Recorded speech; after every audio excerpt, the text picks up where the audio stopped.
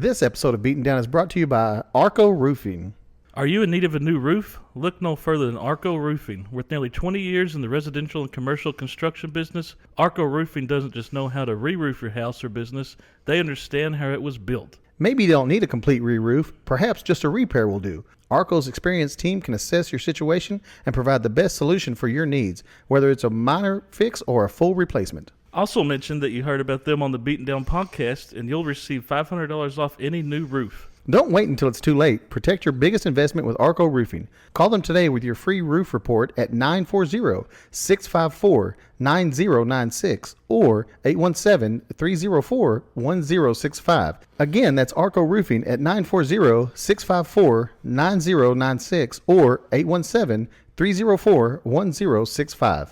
This episode of Beaten Down is brought to you by Foamageddon. Ready to take your party to the next level? At Foamageddon, we bring you the fun with epic foam parties for birthdays, schools, churches, neighborhood events, and celebrations of all kinds. Our professional team handles everything from the foam cannon to the music to nonstop excitement, so you can enjoy the memories without the stress. Serving North Central Texas and surrounding areas, we're turning ordinary events into unforgettable experiences. Don't get FOMO. Book your Foamageddon party today and let the foam fly. Visit Foamageddon DFW on Facebook or FoamageddonDFW.com to reserve your date before they're gone. Tell them you heard about them from the Beaten Down podcast and they'll take $50 off. FoamageddonDFW.com or visit them on Facebook, Foamageddon DFW.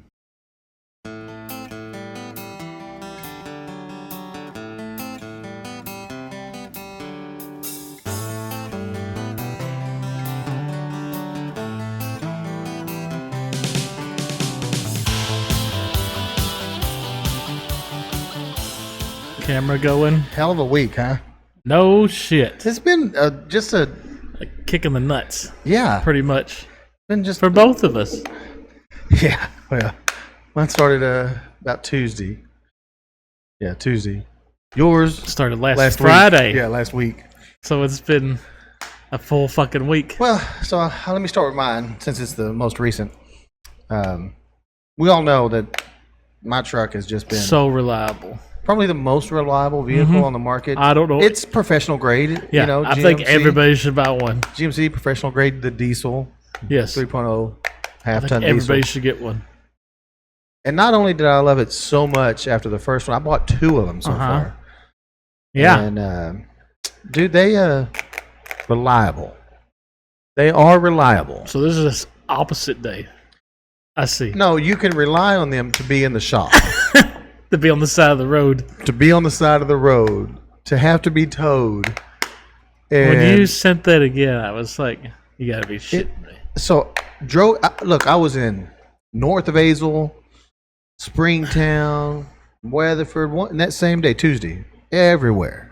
Well, no problem. Hadn't had any problem with it. I mean, it's been a little bit since I've had problems with Yeah. it. Anyway, get home. I meet Tasha at the high school. Addie's got a volleyball game. Oh, well, me. Yeah. Addie's got a volleyball game. I watched the volleyball game, and I'm like, she's going to stay, watch some more. Tasha's going to stay with her. We're two vehicles, fine. Mm-hmm. Come home. Head down like I'm coming home. Hit the stop sign by CCS. Make the right turn like I'm going to head home, and my truck just goes Nope. no power and like it's bogged down. And then it kind of kicks up and then goes and bogs down and kicks up and goes. Well, right there when you turn, there's like a big culvert. So I get past that. Now I'm on the side of the road, slowly going as it continues to do this over and over and over again. Then it's like reduce power mode, check engine light. Hey, you're fucked. You know. And I'm like, fucking shit. So I turn it off. I let it sit for a couple minutes. Couple, three, whatever. Start it back up. Light goes away. No reduce power mode. Push the gas. Check engine light, reduce power. And I was like, fuck you. But in times past, I could limp home. Mm-hmm. So I limp all the way to where that trailer house area is. And I let a couple cars go past. And then I limp past that intersection, and I limp all the way down to where like that church is. Man, so you made it quite a bit. It was at 14th or whatever there. Yeah. all the way down to that where that church is. And this whole time I've already told Tasha, you're going to have to come pick me up. Yeah, I don't know how far I'm going to make it. And so she pulls up behind me, and I'm like, this, even if I could limp this far, it's not making it up my hill. No. There's no fucking way it's making it up my hill. My brother and Tristan live right here. There. I'm just going to limp over to them. So I limp past that intersection, and then it's fucking nothing. But this whole time, as it's limping, which is something my truck's never done, it shut itself off, restart itself, and then I could drive for about 6 inches, shut itself off, restart itself. And so once it got to where it was like, it would restart itself, but it wouldn't even move. Yeah, you're done. Shut the bitch off, hop in Tasha's. And Tristan's on the phone with me this whole time talking about he's trying to get into an old Fortnite account. Text me back and forth, passwords. I'm sending you a code, blah, blah, blah, because it's connected to one of my emails. Well, he started this when we were at the high school. So we're going, back and forth. And he's now still going back and forth. And finally he called me. He's like, hey, so I accidentally somehow got into your account and I switched the password on your account and blah, blah, blah. I'm like, okay, just send me the password. He's like, well, I don't know. And he's trying. And I am just stewing mad because of this truck. And finally, like, Tasha's behind me, waiting on me. And I go, Tristan, listen, man, send me the password. I don't give a shit about that Fortnite account. I do, but, at this time, I don't give a fuck. And I go, just send me the fucking password. My truck's on the side of the fucking road, not doing anything. Honestly, I don't care. He's like, oh, okay. And then I was like, I'll talk to you later. Yeah. So the next day I call him. I'm like, dude, I wasn't trying to be rude to you. Yeah, I said, listen, I don't know if you took it that way or if you could just understand that I was just fucking mad, I said, but I wasn't being rude to you. I said, I just honestly at that time didn't give a shit about what you were saying when it came to Fortnite. My only concern was the stupid truck. You weren't talking about your kid that's soon to be here, your wife or your family. You weren't talking about. I said, it was Fortnite, and I just didn't give a shit at that moment. He said, no, I get it. What's going on in your truck? I was like, fuck, I don't know. Anyway, so the next morning, I go and drop Addie off at school, drop Tasha off at work, because we don't have 1,000 vehicles at the house, And so I call a tow. I go up to the Chevy house. I'm like, hey, do you have a way to get it here? No, you have to tow it here. Okay. So I call a tow truck, the one that's right down the road. And they tow it over there.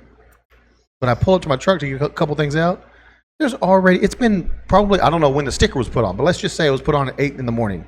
Less than 12 hours, that truck has been on the side of the road. They've already got this vehicle's been abandoned. You have 72 hours to get the shit out of here. Wow. What the fuck are we doing, man? I've seen cars on the side of the road for weeks. Forever.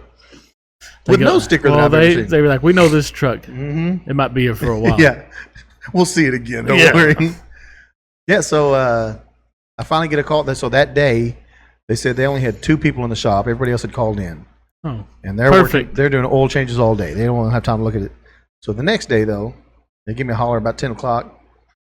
And this is where I get so fucking pissed off. So they're like, hey, excessive water in the in the fuel. Well, I didn't go pour a 5-gallon bucket in my fuel tank. Oh, shit.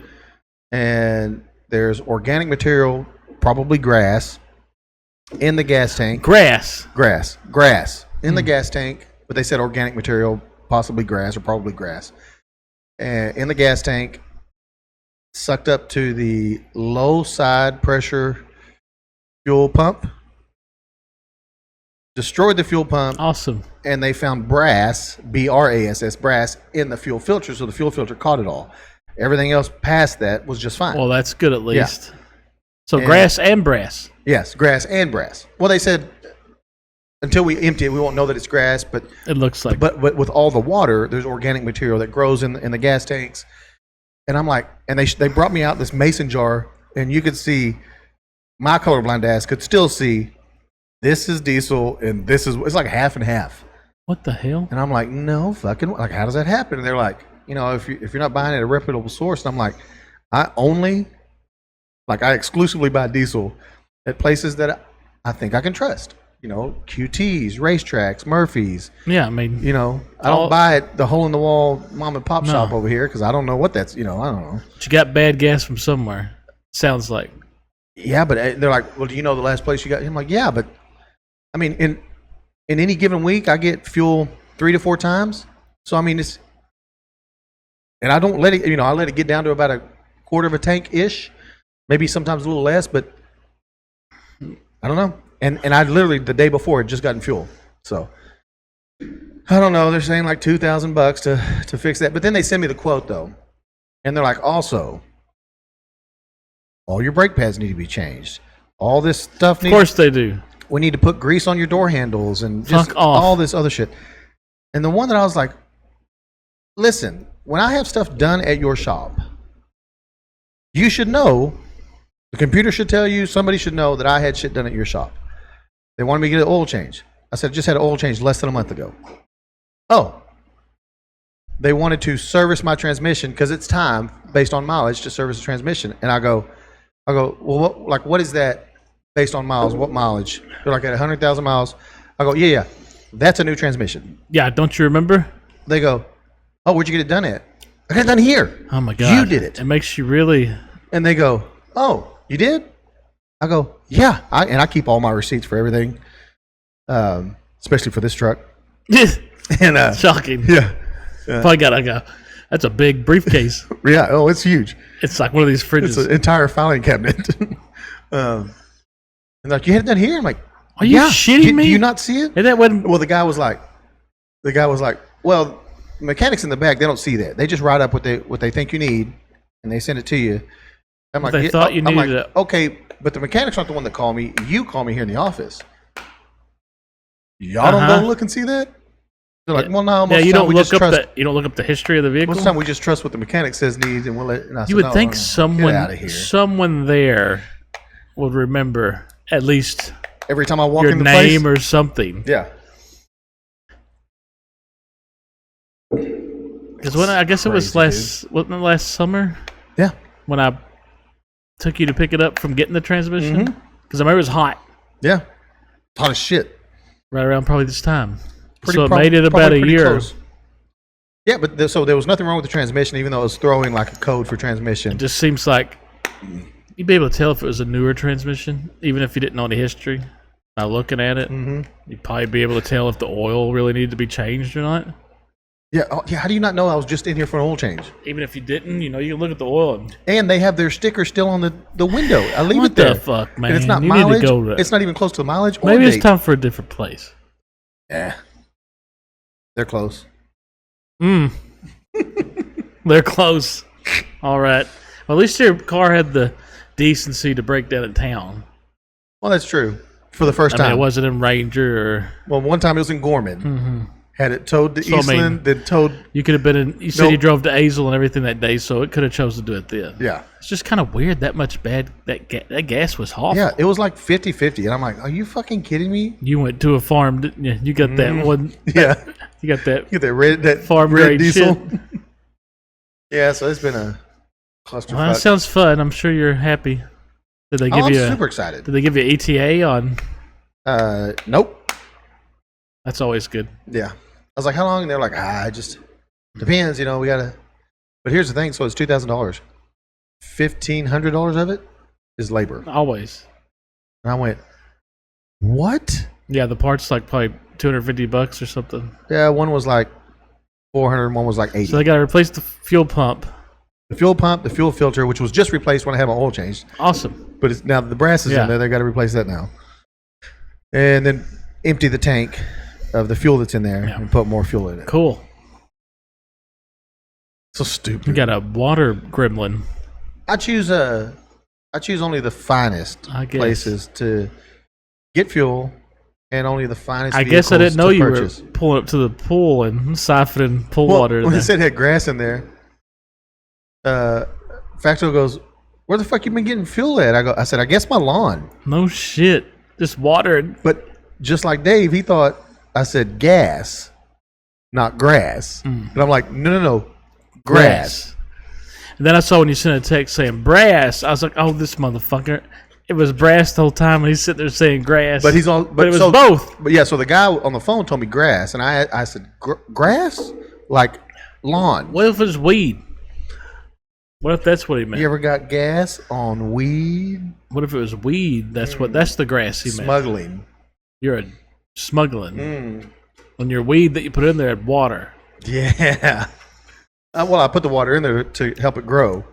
Yeah, that's a Makes weird sense. technique of growing. It's like hydroponics. That'd be some strong marijuana. It's not. Jesus. Yeah, so it's been a fun week for me. Yeah, you currently don't have a vehicle. I had to pick you up Thank you. and drive you home. Yeah, I got driven around today. So I took Tasha's vehicle like Wednesday and Thursday. Today I had a buddy pick me up and take me to the warehouse. Another buddy picked me up from the warehouse and bring me back to town. And then you brought me home. It's fun when you have to rely on. Yeah, I love it. I love when you don't have a vehicle because Dude, I I went through fucking that. love it. I love it. It's nothing worse. It's just so dumb. Yes. Remember when growing up, I don't know about you, for me growing up, we had one vehicle. And everything was done with one vehicle. But our dads could work on them and fix most of the shit. Well, that's the thing. I mean, I know my dad could. He could work on the old shit. He said pretty much if it was broke down, he was going to fix it. And he could find cheap ways of doing it. And in the engine compartment, there was so much room. And everything always seemed like carburetor. Yeah, now you can't work on any of this shit. You need a computer. I could change my oil.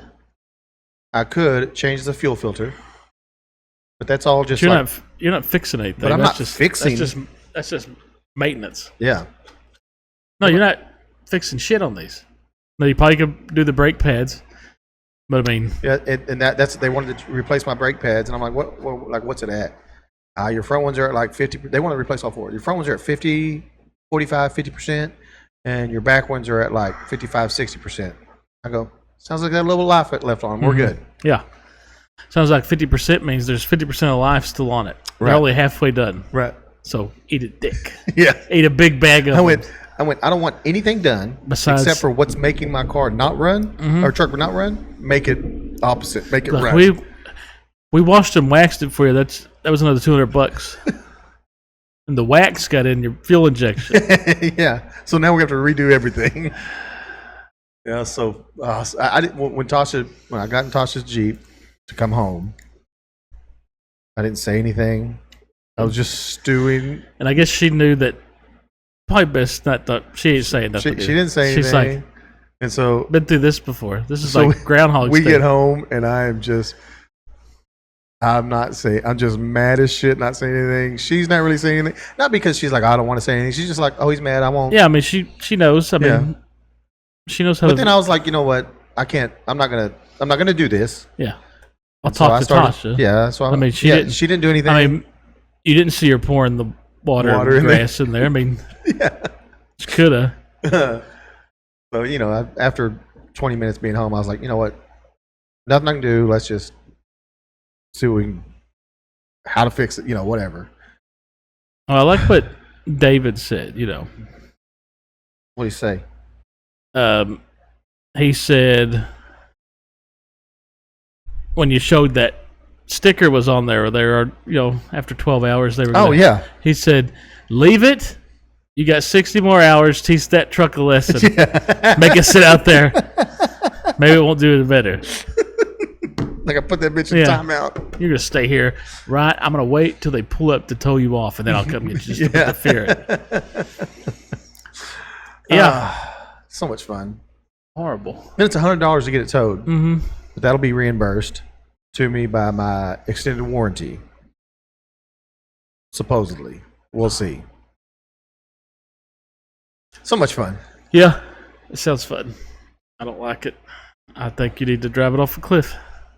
Well, Well, and Dave already told you that you need to get the Ford F-150. He said because I've been doing my research. that Toyota Dave didn't say a Toyota, so Right he's like, "There, I said it." there, I said it. Needed to be said. You remember the? I think it's the right one. The show American Murder. It wasn't a show. It was a docuseries. Yeah, it sounds familiar. I believe that's the guy that killed his wife. And well, I don't know if it's American. Was this the one that killed his pregnant wife? Well, it's a guy that killed his wife and kids and put them in oil yeah, barrels. Yeah, and burnt, and then he like burned something down too. I don't remember. Yeah, I know what you're talking about. But like that whole series was like a police camera video. Yeah. Oh, right? okay. I think I remember that one. story though. He killed his kids and his. I don't know if it's the American Murder. Put them in barrels. His name's Chris Watts. Yeah. But in that show, her name was like something dumb, like Shanann or something. Shenanigans. Yeah. Shenan. But I don't know. I remember what you're talking about because he put them in like barrels and. Yeah, so I don't remember if it's Chris Watts. The barrels I mean, of I don't know if acid, it's like that one. trying to destroy the bodies or something. His Maybe. own kids. So Chris Watts is serving 5 consecutive life sentences. 5? Yeah, so and so he's in prison. 5 consecutive life sentences. I don't think he'll get out. And it's probably like, the murders. So probably Got 3 for the murders because I think there was like 2 kids and her, and then maybe she was pregnant. So that's another one. And then like felony charges of destruction of evidence because he's trying to get rid of the bodies and all that stuff. Like they can just throw every charge they can. So he's serving 5 consecutive sentences, life sentences. Has found a new woman that wants to be his wife. What is wrong with people? Like he's writing somebody, obviously. She reached out to him. Yeah, him. that's usually, and he's never going to get out. But she's like, "Hey, you know what? This looks like a good guy to marry." Right. The guy that murdered his whole family. She's a realtor. A realtor. So somebody you would think maybe has their life together. I'm sure this would be good for her business. Right. They have to, I guess, ask the warden if he can get married. I mean, because it's up to the warden. Yeah, because to make that decision. Because once you're in prison, your rights are bye-bye. Yeah, right. And I'll take one while you're in there. So she has already said, even if the warden doesn't allow us to get married, she's already in the process of changing her name, her last name. She's already wearing her wedding ring. What the fuck is wrong with people? I don't know what she looks like. I didn't see it. I just I heard the news story, and I went. I've heard of being desperate. You're telling me you can't find someone that's not in prison, didn't murder their family, that you could have a relationship with? The fuck? I'm sure she's stable. Well, clearly. Right. Heard she worked for GMC or GMC trucks. She charged the fuel distribution. It blew my fucking mind. No, that's insane. That's a crazy. Well, you hear about it all the time. You hear about it all the time about guys on death row, guys in prison for life, writing letters, starting correspondence, pen pals, and end up marrying them while they're in, even though they know they're not getting out. They've done hard, but these women. And you've seen some of the. There's some of the correctional officers that work in the prison kind of start a relationship with somebody, which is completely against the rules. Yes, she could go to jail. Yeah, for you'll that go to jail for that. We saw that. Did you ever watch that one? There was like a documentary thing where one of the prison guards fell in love with she was a bigger woman, not big. He was huge. And she helped him escape. He escape. was a monster. He was like 6'7", like a gigantic, and she helped him escape. Yeah. Fucking crazy, dude. She was like an older woman. Yeah, but if you, I mean, these people have to have if you step back from your fantasy life, they're just living in and you saw somebody else do that, which is something I don't think these people do. You'd go, what the fuck is wrong with that person? They're living in their own world, obviously. Because no one in their right mind would be like, you know what, the best thing to do, number one, is to marry somebody that's got serving 5 life sentences. Yeah, somebody that I'll never get to really physically touch, hardly. Yeah, or ever maybe. Yeah. You know what else I can do if I help this guy escape? Yeah, we're gonna live a great life together. Like what? He won't murder me. Yeah. What kind of fantasy world? He's changed. Do those people have to be living in? They're crazy people. Obviously, it's not a sane person. No. There's lonely's one thing, but you could find somebody, even if they're super ugly or something. You can find somebody that will at least hang out with you. I mean, you look at the world day after day, and you see some of the people that are together. Yes. And while they may not be my cup of tea, But they're happy they together, and they found someone. They're somebody else's cup of tea because clearly they're together. You can't tell me that if you're Your best option's a guy on death row or Right. some shit. that blows my damn mind. Especially one that did something like he murdered his wife and his pregnant wife and kids and everything. Mm-hmm. That's a winner. Well, it shows that he is committed and follows through That's true. with the ideas and If plans he's that he got has. a goal, He's he's gonna meet finish. it. Ugh. Ugh. No matter what that fucking goal is, Oh, apparently. Jesus. Yeah, that's craziness. I was looking up something. One of the most famous people that were born in Mineral Wells. Did you know that one of the founders of Pixar, you know Pixar, Mhm. was from Mineral Mineral Wells? Wells? My uncle showed me this. I don't know what brought it up, but he was like, he goes, "Do you know the name Alvy Ray Smith?" And I was like, "No." He goes, "Look him up." Curious. So I looked him up. Alvy Ray Smith, 82 years old, still alive. Okay. He is an American computer scientist who co-founded Lucasfilm's computer division and Pixar. Lucasfilms, that's fucking Star Yeah. Wars. Lucasfilm's computer division and Pixar participated in the 1980s and 90s expansion of computer animation and feature film. That's this guy.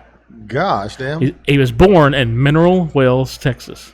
No shit. And I was like, never heard of him to be somebody that's that. No.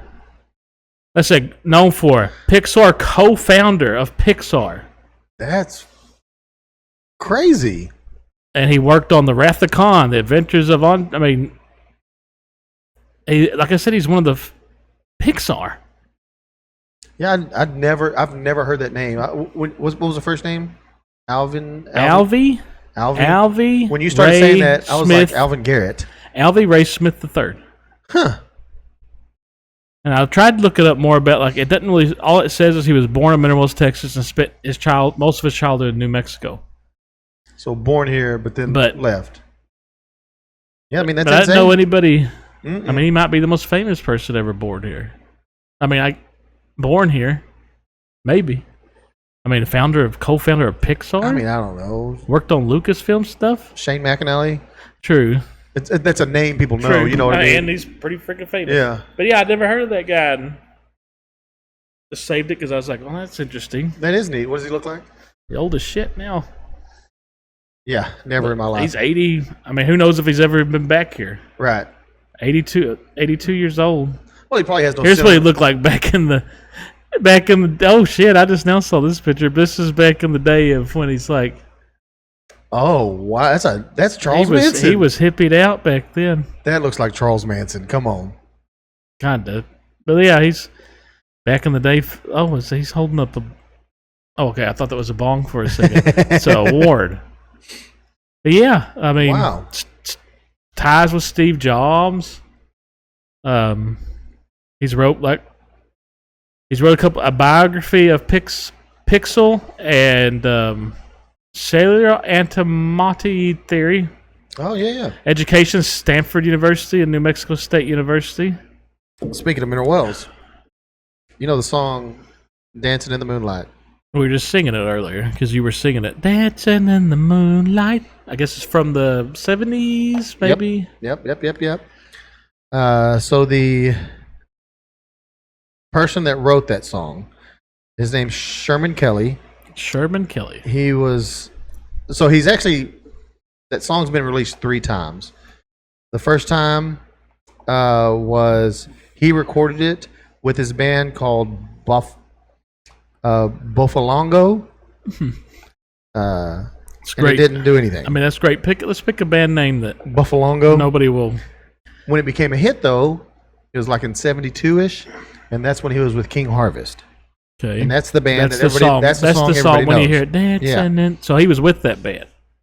Yes. Well, him and his brother Brother. encouraged his group, King Harvest, to cover it. So he was. Yep. And so they did, and it peaked at number 13. Yeah, I mean, everybody knows that song pretty much. You Right. hear it, And I kind of, like, it's like a feel-good Dancing song, in the right? moonlight. Like, when you hear that song, like, what are you thinking?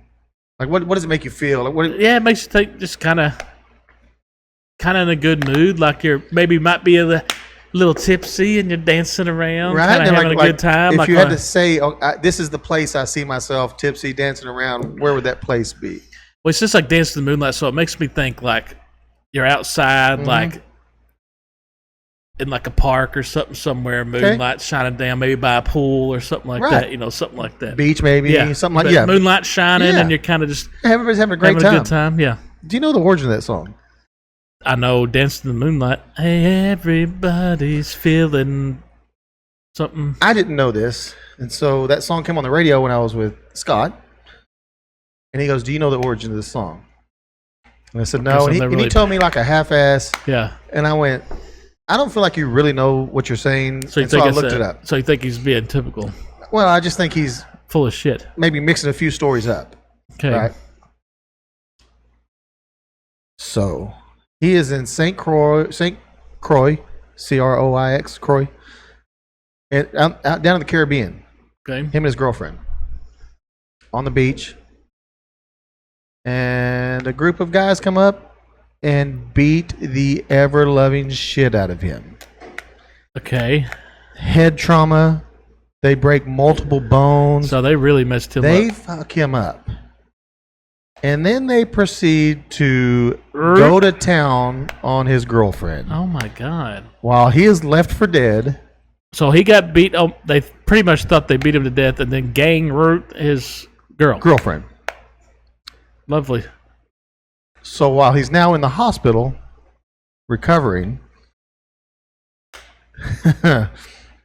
so this is what it says: the gang beat Kelly with baseball bats and left him for dead with several facial fractures, head trauma. They beat him with and a bat. baseball bats, so multiple Jesus bats, Christ. and then they did that to his girlfriend. But so now the I song. think I know where this story is going. While he's lying in the hospital bed recovering, he wanted to get his mind off of everything that just happened. And so he was basically dreaming of that day, but everybody's getting along. The So, like, world's happy. opposite of what happened. Everybody's living in harmony, celebrating life without fear or whatever.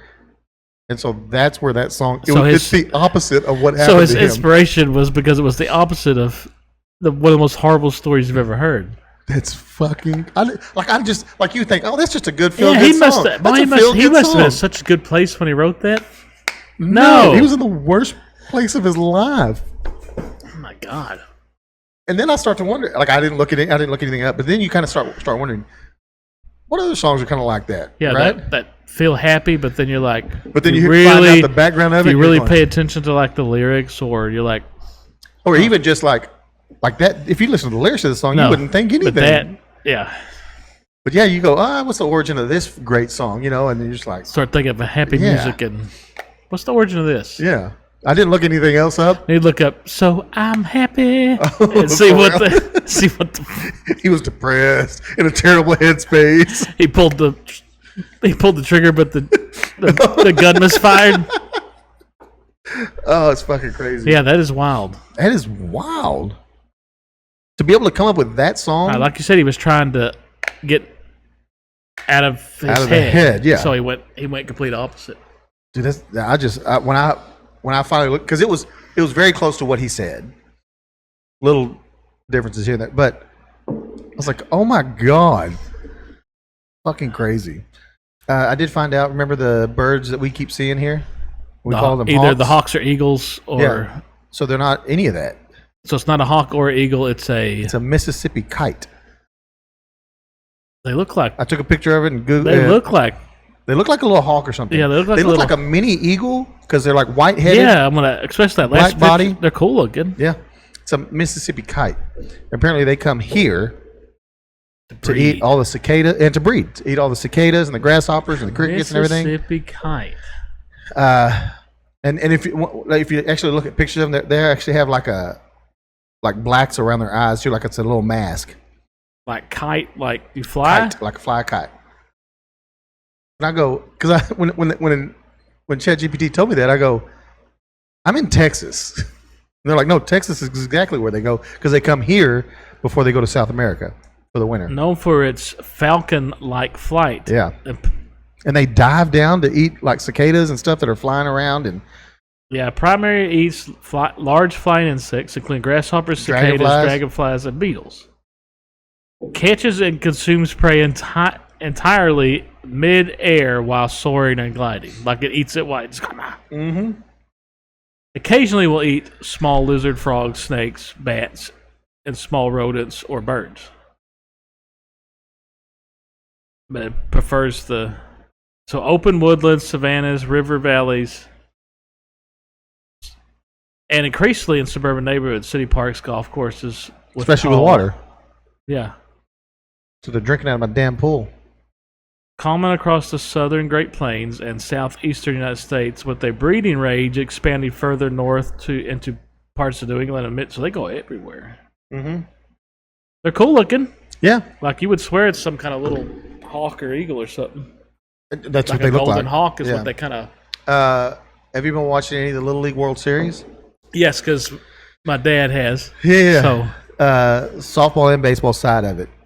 So the first thing that happened in softball was the first thing that big major thing that happened in softball was the Tulsa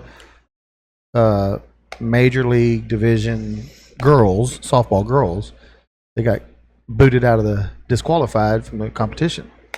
They've already made it at that time. They were like at regionals or something. Like they'd made it pretty deep into it. So the Tulsa National Major Girls Softball team was disqualified in the region Southwest Region tournament because they were roster stacking and travel team allegations, which is all you can't roster stack. You can't. Yeah. So basically, what they were doing is that they didn't have proof of residency, which Little League requires once you start doing district play and stuff like that. So they were just pulling in every player they could find. Right, but so if the team from Mineral Wells, everybody that played through this league and had their 12 games, and you have to show proof of residency or the fact that they go to school within your district. Yeah. So any school, any towns that are within your district, as long as they go to one of those schools or live within that area and go to some other schools, fine. They can play in this league. Whatever that. Yeah, in this league here in Mineral Wells and whatever.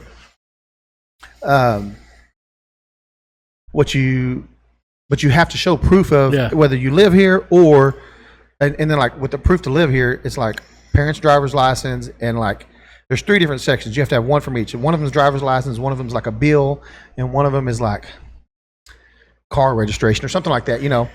3 different areas, and it gives you a list. You can send me any of these as one of your forms of proof. Or if they go to school here, you just take a sheet to the school, and school will sign saying yes, they've been enrolled here for this year, blah blah blah. That's your proof that you live here, go to school here, you can play. They didn't do any of that. They just didn't do. They just said fuck it. So I don't know. We'll see if anybody pays attention. I don't know how they got that far, because when you go to your before your district, you have the league, you create your all-star team or whatever you call it, your district team, and you go before you even start games. They check your book to make sure everything is right, and if something's right, especially at least here, they'd go, "You're missing this." Yeah, that's why you always go a month before. They'll have a time, and that's just here, so you could imagine everywhere. Yeah, everywhere else, especially super competitive. So my question would be, how did they get into the district play? Maybe I don't know. Pay it off they hand them a book and they open it and it's just got money. Nothing. It's just money in it, or it's looks good. It's like in Benchwarmers when they bring him that adult to play. This 12. Guy's supposed to be. It's written in I am 12 in crayon with a $20 bill, and he's got documentation. So it wasn't all the girls, but a lot of the girls, and then a bunch of the girls that didn't have all the documentation also didn't play the mandatory 12 games within regular season before district started. Why? They just said. Yeah. So how do you? I don't know, because let's say you win district. Well, next you go to sectionals. And they do the exact same thing then. They check all your books to make sure everything's good before games start. You have to. So how did they get past regionals? Not regionals. District, sectional, and then get to the regional play without any of that being found out. And then all of a sudden it's found out there? But they didn't find out until after. Well, this is going to be like a big, this investigation is going to start because they got to be thinking the same thing. How they get this far? Right. It screams payoff. Yeah, I don't know. Like they were just. But in 2025, that Tulsa team finished third in the Little League World Series. So it's not. I mean, so them getting that far isn't something out of the norm. But crazy. So now they're looking back at all their documentation from last year to see if all that was in order. What can of worms is this going to open? Right. Now, and who's missing the? That was the big thing going on in softball. I mean, it's huge for a team to get kicked out for something like that. Let's move on to Major League Baseball. Major League. For Little League, which is the 12U team. Yeah. That's what everybody would call a 12U. Yeah, and right now they're playing like all the tournaments to get into the World Series. Right. All the regionals. Right. Like I said, my dad was watching a bunch, so I was watching it with him. There was a girl for the baseball. Alabama, I think. She's She's good. She pitches. She's fucking great. She plays shortstop. She pitches, and she's great. And she's a pretty fucking good pitcher. batter. And she's a good batter, too. And she's big. Like, she was bigger than half them boys. I saw her strike out that last boy to get them into the next. Yeah, so, I think that's where they go to Williamsport now. She's legit. Like I said, she's not the first one every now and then. And usually, like I said, once they get a little older, they go to softball. But that goes back to that's now a girl that can pitch. Well, women's professional baseball league. So they showed there was a girl in like 2014-ish that was good in the Little League World Series. Was that she was a pitcher? The little black girl that had the long hair? Yeah. And then because that was like the first one that I ever saw. So then she went on to play softball for college. Mm-hmm. And then after she got out of college, she's playing on one of those pro teams. Oh, no shit. I think she's on one of those 4 pro teams we're talking about. Yeah. Because it showed so she went on to do softball in college to get through college. Baseball. And then she's doing now she's doing the professional women's baseball league. That's neat. I mean, makes sense though. Yeah, if a girl plays, because like even in our league here locally, we have some girls that only play baseball. Yeah. They do not want to play softball. And I mean, they're not that caliber of girls. No. But they're still decent. But at that age, most of them, it's not as a big a gap as like college or something like that. It's a complete different kind of game, really, softball and baseball, especially when it comes to the pitching and all that stuff. Exactly. But you're right. She's good at every. When she got up, she's in the last tournament they were in, she batted like 800 for the season or something. Like for the season, her average was like 800. Mm-hmm. And they went 4-0. Yeah, and the tournament before they went 4-0. Yeah, they're kicking ass. And she was one of their ace. Like she was like I wonder how one of their ace pitcher or closing pitchers or whatever. whatever. Just when the World Series actually starts because they're automatically in now because they won. Yep. Because when you win, you're like regional, you're automatically in. And then I think it's double elimination, so you can go to she was legit. Yeah. Because all the girls would be holding up Fear the Bow or something. Mm-hmm. But she was a big girl. She was a big girl. No, she was just. There was one kid got up and I was like. A head above every other boy that was out there, yeah. Well, there was one kid that got up. I was like, these kids are 12. I was like, dang, that kid. Well, they're actually like 13 now, but. I was like, that kid's massive. And then they showed his size. He was 5'11". Oh, God. How much did he weigh? He was 5'11", like 172 pounds. Good Lord. Like something crazy like that. So because were showing Aaron Judge, he played in the league, and when he was like that age, he was like 5'11" something, and then they said when he was a freshman, he jumped up to. When he was a freshman, he was like 6'2", and then when he graduated high school, he had jumped up to like 6'6", because Aaron Judge is huge. Yeah, good Lord. So this guy was on that. I think he was on the team that was playing the Alabama team. He was huge. Like you could tell. You're like, oh my God. He was like 5'11", 174 pounds. Jesus Christ. That's what I was senior year of high school. I, This kid's 12 years old, 13 maybe. well, I never was 5'11", Well, but that's about what my weight. I was Yeah. around 170 pounds. when you graduated. Yeah. Yeah. High school. He's that as a 12, 13-year-old. Yeah. Yeah, you could tell though too, because some of them kids would be tiny. You'd be like, "Oh, he's small. He's like 5'2", Oh, yeah. 115 pounds." 110, But this 115 kid, pounds, you're yeah. like, "Oh my god!" Mm-hmm. Yeah, it's crazy. So now let's move on to the Major League Baseball for Little League division. The Tulsa team for the boys Okay, also get disqualified from the tournament. are you kidding me? No. And the main reason, but not the only reason. So in Little League, they have a challenger division. That's like for special needs. Okay, Okay. So 7 and under. If you're playing in the challenger division, because the challenger divisions aren't everywhere. yeah, Like we locally don't have yeah, one. very hard to find one. Right. But if you find one, your kid can play no matter where that's they're at. from, they can get in. And if that's not in your district and the brother is 7 or under, can play in that division. Can go play over there, it's fine. Yeah, I mean, why, Doesn't matter. Why restrict them? Right. But Little League if doesn't. they're that hard to find, like a league. Yeah, but so above 7 though, Little League is very strict on you have to play in the district you live in. You have to. Because Even for that, well, not the challenger part of Okay. it. The challenger can play Yeah, anywhere. yeah. But if the brother siblings 7 and under, they can go play in that division over there. Basically, once you get into divisions that they start doing district, World Series, tournaments, stuff like that, that's when they're. you have to be yeah. in your district, right?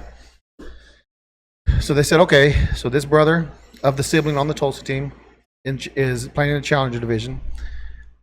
And they said, yes, brother can come too and play with our teams, whatever. 7 and under. Come to find out the kid was They pulled a Johnny Knoxville. 10. Oh no! The kid was 10. The brother, the sibling, was 10 and shouldn't have been allowed to play over there. Yeah, because he's In over the Tulsa division, which is where he was playing. So now he's on the Tulsa teams. He's going through district. So that's how they get caught. He's not from here. He's only over here because of brother, but that's only 7 and under. and they just said So he can't "We're be gonna try allowed. to But they're sneak like, well, this." we're just, he's allowed to play because brother's playing challengers. Yeah. They just said, come on. But that's local league's fault. Yeah, they should. But how did district not catch it? Sectional. So this happened in Waco. So somebody's The getting, teams were playing in Waco. somebody's getting bought off. This Tulsa team was playing in Waco. Somebody's getting paid. Yeah, I don't know. I mean, you're not gonna miss it that many times. Somebody's paying off somebody. Yeah, Some rich parent that his kid's Well. on the team or something. Probably like a Jesse or somebody. right. Definitely Jesse. just shilling out the dough. The opposing leagues all filed a joint protest. Obviously, It went to court. They're also saying that the kid with special needs may not have had special that's what I was needs. gonna say. He pulled a Johnny Knoxville. The When ringer. the fuck did we get ice cream? When the fuck we get ice cream? Oh my god! Can you imagine if that? So, was the truth? so basically, they're saying possibly faked the disability for that kid to play over there. But if he so did that this kid can come. That's why. Why fake the? Mm-hmm. Can you imagine the parents? Because the parents would have to be coercing their kid to be faking this. Now- Like he's 7. Well, he's not. Well, I they're mean, saying the he was- one. No. So I don't. They didn't say the age of the special Well, say needs kid. Say the special need kid is 7, Sure. and he's not really special needs, and his parents Oh, did that? coerced him. Say, we need you to pretend to be special needs, so your brother. What did Can play- What was Jeffy Dahmer? Yeah, Jeffrey Dahmer. He goes, wait, can you imagine, like, if that's true, like, the special needs kids isn't even really special needs. But he is, like, say he is, like, 7 years old. Right. And the only reason he's not special needs, his parents saw a loophole and said, you need to pretend like you're like these other kids. Yeah. So your brother can play on this other. Can you imagine if that was, like, real? If that's really what went down. Fuck, dude, I could. Oh, That's like the worst parents The in worst planet. fucking parents ever. If that was Because the kid's not going to come with that on his own. No. Not a pretend to be. They probably, you know how kids do. They act special sometimes. Well, my kids still do. Right. And maybe the parents saw him do that and went, I mean, we do. here's an idea. Like, oh, Yeah. Here's an idea. do that again. Yeah, do it again. But always do Yeah. it. Put these glasses on. That's bad if that's really what happens. That's horrible. So it gets found out. All these other teams file the protest. And so they disqualify the Tulsa team. So the softball and baseball team both got disqualified. Now- That's a bad look. The parents of the baseball team, though, and the league that they come from, the Tulsa League, I guess. Yeah. What are you doing? I gotta text this. Oh, they go to court. They go to a judge to file a stop order, saying, basically trying to say that the tournament has to continue, can't continue until we get this figured out. Yeah. So Well, no more play. We're to delay everything. Just Little League goes, no. we got this. So they come to court and they go, here's our rules. Here's what they did. They broke the rules. Here's the documentation. They already broke the rules. You can see it right there, clear as day. It's And so in writing. when they got the stop order, they were trying to say whatever team they beat. Nope. So they had all that was already done, right? Done. The problem was, I think they lost in Waco. I think is what happened, because the team or maybe once they got kicked out, the team that they beat, whatever, had already advanced been on. played. They've already gone to like Williamsport, right, or wherever they were playing next. And they said, stop the tournament. You have to come back to Waco and play a one-game playoff versus this Tulsa team. That's when Little League stepped in and said, nope, here's all of our shit. They broke the rules. They're not. Yeah. Right. But also the team goes, we're not doing that. Like we're not coming back. We're already up here. We're not going back there. Our boys are already here. We're already getting ready for this. We're not driving back. We're already Texas. getting ready for the World Series. No. Yeah. And anyway, so that all got squashed once the court saw Little League's documentation. Clear as day. They broke the rules. It's over. Yeah. There's no wishy-washy. Did they break the rules? Yes. Done. You're done. Yeah. No, you're done. That's the good thing about having a rule book. You should have went up there. Right. You should have put your stuff on too. And said, let me teach Just you. walk in. I've got it. But holding the mask in your hand like you're wearing it in the court. You got it all on, and you're like, I know this rule book. I've got it. And then let me help you. And then you have Joe with you, who knows the rule book. Like y'all both sitting there. We've got this. Don't worry. No, but so again, I just go back to number one. We're talking about 12-year-old kids. The bad thing is this all comes down to parents. Why are we cheating? Well, even the league, though. So why are we cheating? I'm going to say cheating, quote-unquote cheating. That's cheating. Yeah. Or breaking the rules to try to make, I would assume, our kids or our league look better, when you're forgetting that it's about the kids. You've met these parents that they want to win. They're living through their child. They want to win. They want to win. They don't care. And look what they're doing to they're putting their kids in scandals. These kids didn't come up with this on their own. They're getting either the coaches or the parents are going. If it's the coaches, the parents are going along with it. These coaches are parents too, more than likely. So it's this shitty freaking parents. Yeah, so they call it a temporary restraining order on the league. There was a Texas judge that halted and forced the tournament to stop the tournament to proceed.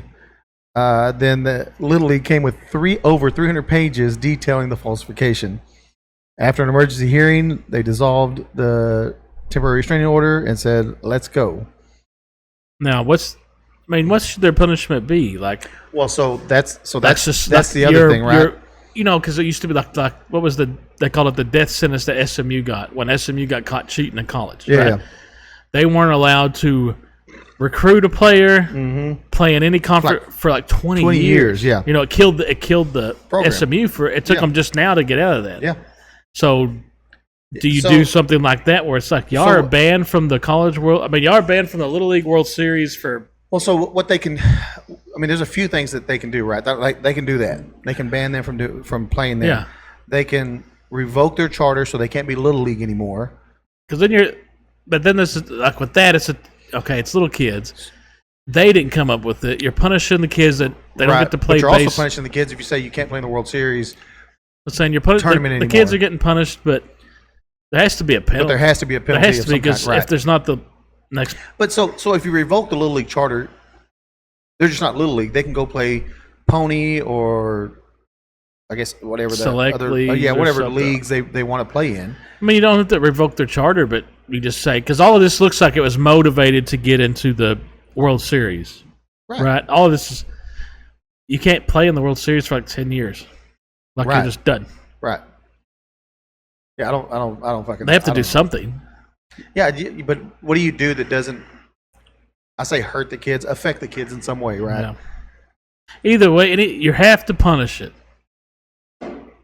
And any punishment you do, if you say, okay, they can keep their charter, but they can't. This charter can't play in the World Series for 10 years. Well, all them kids are just going to bail, right, and go play somewhere else. So it's going to kill that league anyway. So what do you do? Well, yeah, because these kids ain't doing this. These kids ain't like. Remember what team was it a few years ago that got in trouble because they were having older kids play in? Like they got proved like they had people were like, that kid's 15 and stuff. Like they had like some. Oh, I don't know. I can't remember. Like there was a lot of and you're thinking, well, that kid's not doing that. Somebody's telling him to. Right. People get mad at them kids and stuff. They're not doing anything wrong. They're doing exactly what was that? There was something about. Dude, I wish I knew what you're talking about, but let me look it off the top of my head. I don't know. It's been a while. I mean, it doesn't sound like it's something that I haven't heard before. This is like the 6 biggest scandals in the history of the Little League World Series. Oh shit! Okay. And I'm trying to find the one because let's hear them all. The Danny Almonte controversy, and that's that kid that I was saying. Oh, that looks like he's 35. A team from the Bronx represented the Mid-Atlantic region in the Little League World Series and qualified for the tournament after Danny Almonte threw a no-hitter. He was the pitcher. The 12-year-old, they have in quotation marks there, had a fastball that was clocked at upwards of 76 miles per hour, equivalent to 100 miles per hour for Major League. Jesus. And he harnessed, and he threw a perfect game against a squad from Florida in the round-robin stage. He continued to dominate opposing batters while striking out 62 of the 72 he faced. Good Lord. During a run to the World Series. Fortunately, he and the Baby Boomers, in quotation marks, I guess that was their nickname, came up short after he was unable to take the mound because he was coming off a complete game. Oh, yeah, he pitched too many, However, a birth certificate that was produced on his behalf backed up the claim by that he April 7, 1989, but the Sports Illustrated Dispatch reporters said he was native to the Dominican Republic, who discovered he was born on the same date 2 years prior, making him ineligible. 1 year older than the maximum. That's the one I was talking about. Wow. So I remember that because he was like a dominant pitcher. Yeah. He looked like he was 45. So that was the one I was thinking of. Wow. One, Philippines forced to forfeit its Little League World Series title. In 1992 marked the first and only time the team from the Philippines competed in the Little League World Series. It turned out to be the case, as newspaper of the Philippines discovered they forged documents to not only lie about ages, but also places of residence while assembling the team. There's another one that says Jackie Robinson West forced to forfeit its American title. Subsequent investigating determined that it had used an illegal boundary map to expand its talent pool. Mm-hmm. So kind of the same thing, you know. Yep. Taiwan's questionable dynasty results in all international teams being banned. Oh, shit. When was that? No international team has won the Little League World Series more times than Taiwan. which has racked up 18 championships. Jesus. The country secured its first title in 69, and then it bounced back from a disappointing show in 70 to win 4 in a row starting in 71. That's with both teams. So it says the last scandal here is also the most recent, as we didn't have to wait for the Little League World Series to officially get underway in 2026 before being treated to the spicy controversy. A softball team from Tulsa had already been eliminated from the Little League World Series over eligibility issues before a baseball team from the city was flagged for the same reason. However, there was also evidence that suggested falsified stats and exploited the Little League's disabled there it is, the Challenger program. to bulk up the roster. Oh, that's so bad. And the team was disqualified from regional tournament, which Texas West ultimately won. And this just goes to prove. Right there, look, Mineral Wells would be in the Texas West area. Yeah. But this just goes to prove parents ruin children's sports. All of that is either The adults or the league. Now in the 70s and 60s, the Taiwan teams and Yeah. stuff. Good Lord, that could be the freaking government. Right. Like just parents didn't have a choice. Like, Yeah. you're fucking No, pissed, you're going to you know. fucking do it, yeah. But this anything shit that's with here, anything the that's kid here from the Bronx that all was of a from the sudden, Dominican Republic. and he's almost 15, and he's throwing 78 miles. But, I mean, but I that remember is, that is happened. the adults ruining the childhood sport. Yeah. 'Cause- And we've always said this. They fucking ruin it. And it doesn't matter. They don't have to be even. It could be the local pickleball team. Yeah.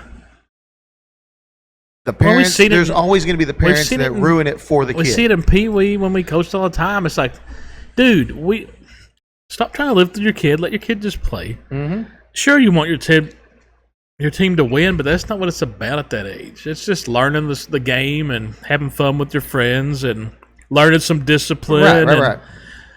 You're not there to win the freaking toy bowl every year. It's cool if you do. Yeah. But what does that do? I mean, what do you? But no one's winning scholarships. You off that taking shit. the trophy home, Dad? Yeah, Dad. Are you going to hang it on your mantle? I mean, it's just crazy. So I guess speaking of bad shape, I can go through a we little, didn't go through your bad not week. so much detail, but Yeah. and it's not really being selfish saying bad week for me. It's not a bad week for me. No. But it's just a long week for you. So last Friday, Mm-hmm. my dad had got some lumps, notes in his throat. Mm-hmm. And Well, he didn't get them last Friday. no, He's but had they them, started but- getting them. They started getting worse, and he Yeah. ain't been really able to eat. He's losing all the weight. Yeah. So last Friday we took him for a biopsy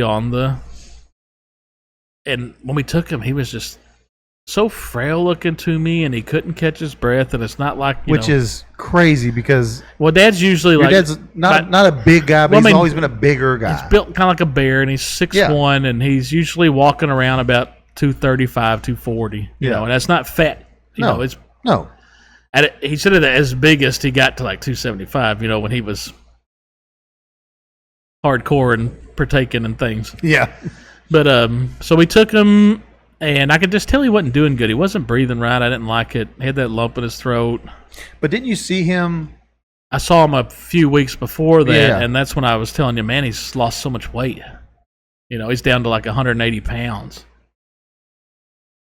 Like I said, wow. Dad's Yeah. usually No, like, which is insane from every time I've ever met your dad and seen your dad and hung out around. So, but he was doing okay then. Like that was 2 or 3 weeks ago, and he was breathing fine. He just was so. Yeah.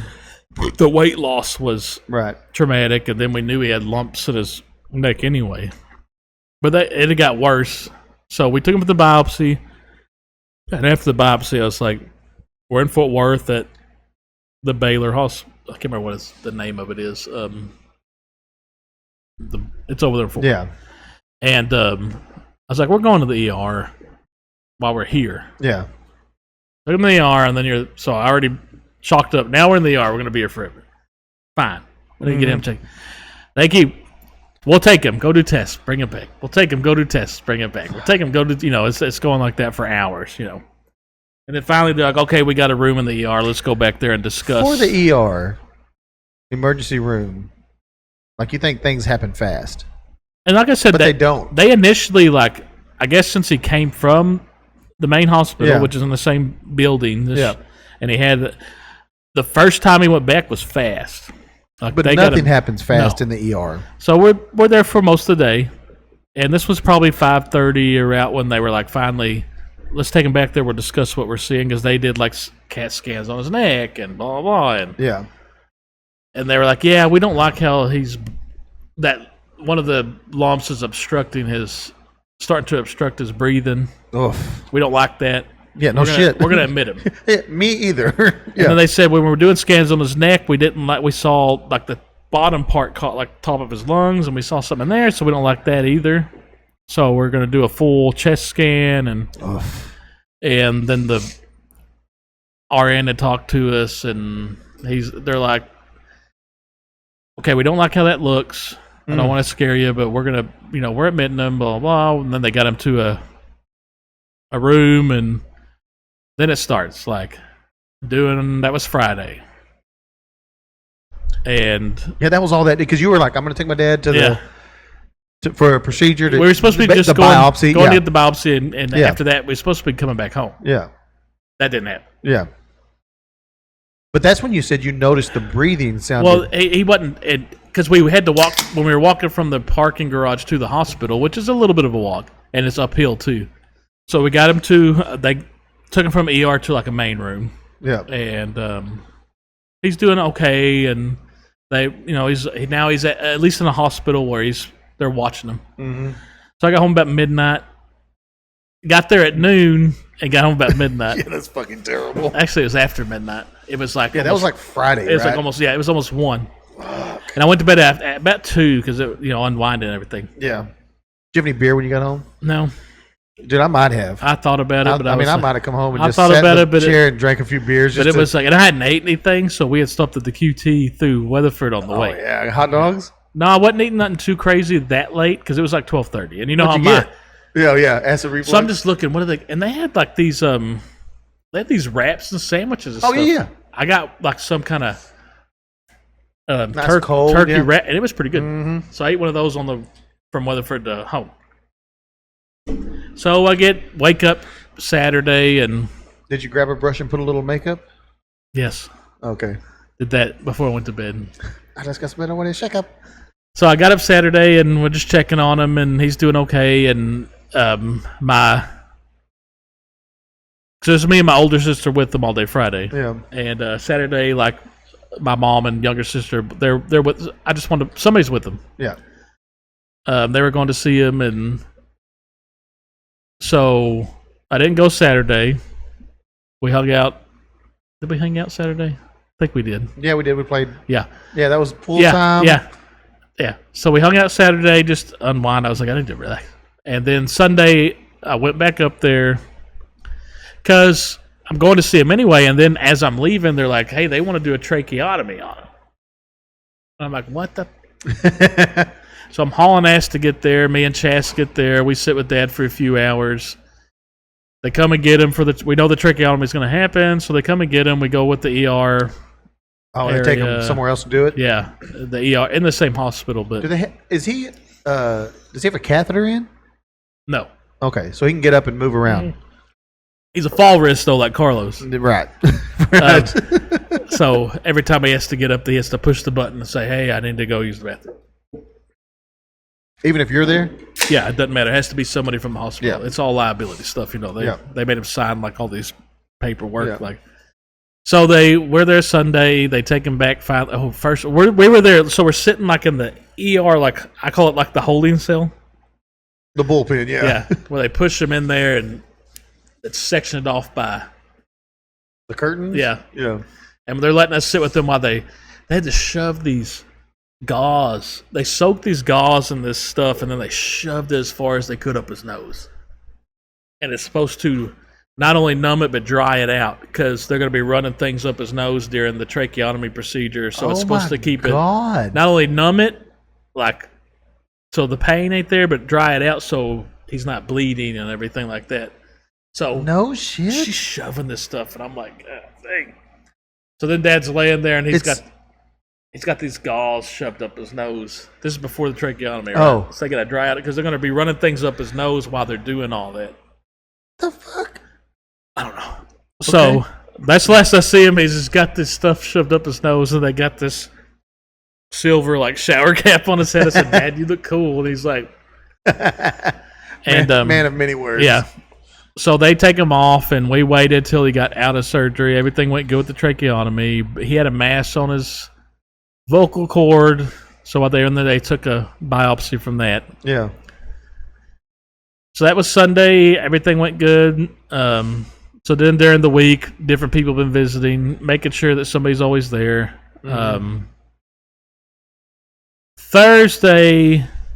Wednesday. What I'm getting so much. So I think Wednesday afternoon we found out, okay, it is cancer.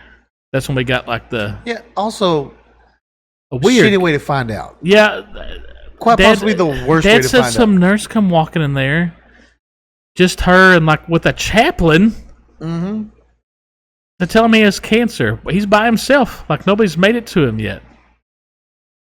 That's so. People were on the way, and they That's just so weird. Number one, walking with a chaplain. Well, you got a chaplain with you.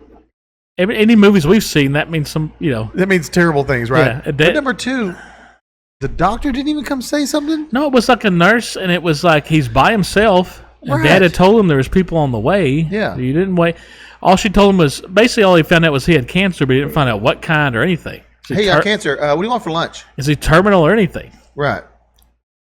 So my aunt gets there and everybody gets there, and I'm still at work, so I'm getting messages, and they're telling me it's like a weird cancer. So did your dad tell your aunt?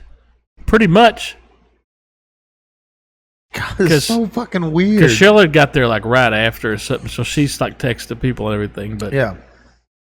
so it's like SCC, like there's the short version of it. So I told Tasha, and I said the name completely wrong, and she goes, "Oh, it's Yeah. whatever, And she goes, "Oh yeah, it's good. This is what it's called." And I go, "Yeah, that's what it is." So it's looking up on it. It's more common with like skin cancer, Right. but his was a skin cancer. It's like internal. Yeah. And then I look on it, and it's like it can be like caused by all kinds of stuff. But heavy drinking was in there, and tobacco use, and all that stuff, which Dad was. And you were like, "Check." Yeah, Check. yeah. Even though he hadn't drank in like 10 years, but he's still heavy tobacco. I mean, with snuff. Is he heavy tobacco? I thought you said he was doing that Black Buffalo. Well, he's mixing in that with it, but he's still. Oh, okay. Which we've been fighting that as he's been in the hospital too, because he's still sneaking that shit. He keeps the herbal one out for people to see. All herbal. Yeah, So if anybody sees he's got anything it's in like his mouth, cabbage or something. Yeah. this is what's in there, even though sometimes it's not. Yeah. So even in that same package, he may have Copenhagen. Oh, who knows? He's Or a lot. mixture. He don't care. He's 67, and he's so. Wednesday we find out it is cancer. We find out what kind at least, but he's not terminal. They said they can get treatment, blah blah. Yeah. But there's a lot of stuff. So I went there Thursday. I took off work Thursday and go there, and didn't really find out a lot more. But we went there mainly because he got the tracheotomy. We were taking like a class on how to clean it and treat it. Oh, yeah, how to do it. Take care of him once he's out of the hospital. That thing lasts almost 2 hours. No shit. Yeah. It's a lot of stuff. They got like a dummy you're practicing on. Before you go. Yeah. So then she was like, okay, I'm going to come by. Are y'all going to be here for a while? I was like, yeah. She goes, well, I'm going to come by to check on him in a few hours. And if y'all are still there, one of y'all can like Do it to do him? it to him. Oof. Because you're going to have to do it anyway. Yeah. So she shows up and she's like, okay, who wants to do it? And like my sister and aunt are both like basically pointing at me. This guy, not us. Yeah, because my older sister, she claims she could do it, but she's got the weakest stomach ever. She used to throw up when we were little from like snotty noses and show it, boogers and stuff. So I'm doing it, and you gotta he's got there's like a cap that fits on it that helps it's like a speaker thing. It ain't like really a speaker, but when he talks, it make sure the airway pushes through where he can talk. Oh, yeah. It like caps it off. So you take that cap off. There's a little insert tube that's disposable. You pull that out, throw it away, put a new one in. Then you get like this suction. where you feed the smaller tube down there. Uh-huh. They said until you feel resistance or till he coughs where he can tell it's in there, that's when you stop. And then when you do that, you pull it out and put a suction on it. So I do that once, and he's kind of coughing. I said, you need me to do it again. And he coughs, and this mucus just shoots out of that, like quite a bit of it. And I was like, I think I even was like, oh shit. And he started laughing, and when he's laughing, more shoots out. So we get it done though, and I do it, and she's like, hey, you do it, you're pretty calm and everything. And I said, yeah, and then they taught us how to clean around it, so I cleaned around it. Yeah. Got him capped and everything. So that was mainly yesterday, was learning how to clean that and that thing. Ugh. And then we find out, okay, the doctor really wants to see us like today. Oh, God. So you went back today? Early. Yeah. Because it was supposed to be like 10 o'clock. Yeah. So we get there in time, and it's me and my older sister, and we talk to the biopsy doctor, and we talk to the main doctor. And so now it's like, okay, we know it's cancer, but the mass on his vocal cord is not. So that came that's back good. clean. The first biopsy had on the node, that is, but the mass wasn't. So what are they going to do about that mass? I don't know yet. Yet? Okay. I think they're going to wait because there was talk of surgery, but they're like, if he's got cancer, there's no reason I'm messing with all that. Right. So the next step is they want to do a surgical biopsy Monday because all he had was the needle biopsy, and they want to get more to confirm what they think it is, Yeah. and to try to confirm where it came from. Did it originate in the thyroid, which they think it did? Yeah. By doing a surgical biopsy, they're supposed to be able to figure out, yes, that's the cancer is for sure, and yes, it originated from the thyroid. Right. So they want to do that Monday, and then maybe the same day install the port for like chemo and radiation.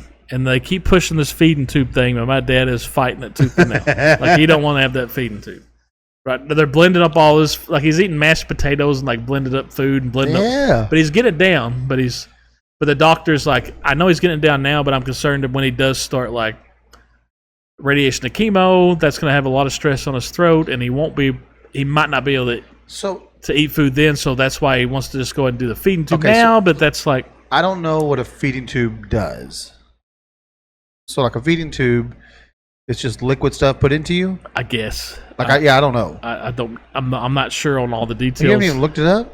Dude, you're Johnny. I just found that out I know, today. but you're Johnny looking it up. I know, but I was like, I got into town and picked you up. So but your dad is like, he don't want the feed. He's like, I can eat, and he's eating this shit. Like, he don't want. I can eat the blended up. He goes, I'll dump it in the trash. Give me a shake. He goes, because they got him on a calorie count.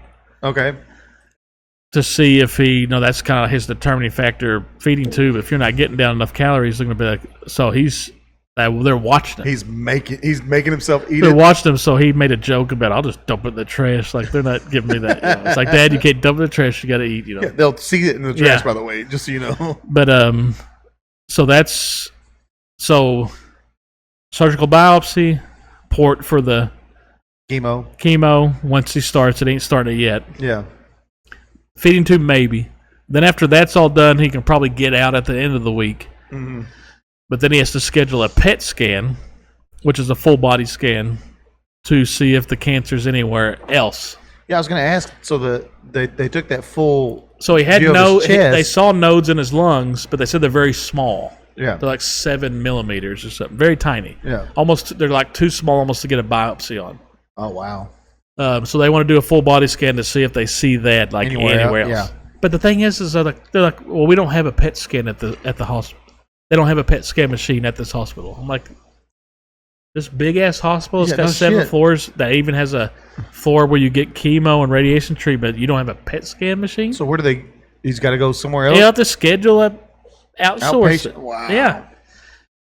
So that'll be after he gets all that stuff done, he'll get checked out, and then we'll probably before he ever leaves, he'll get scheduled like a PET scan. Have to take him back, get a PET scan done. Mm-hmm. And then when the results come from like his surgical biopsy and his PET scan, we should know exactly what cancer he has, where it originated from, and where it is in his body. If it's spread anywhere else. And that'll determine what kind of radiation treatment he gets, and then you start that.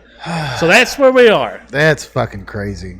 I do want to say that we are going to start a GoFundMe page. See, that's what I was going to say. So to our 5 listeners out there, Yeah. if you could spread the word, we are gonna. They're already my younger sister, and Rachel are already working on Okay. start a GoFundMe page for him Right. because he don't have any money Right. to help out with anything. for everything, So yep. we will have one of those start, and they said they wanted to start one. I say go for it. That's Well, whenever you get it, it's a good idea. Like I said, Share it on I'm sure Facebook. Beaten Down will Beating Down will share it.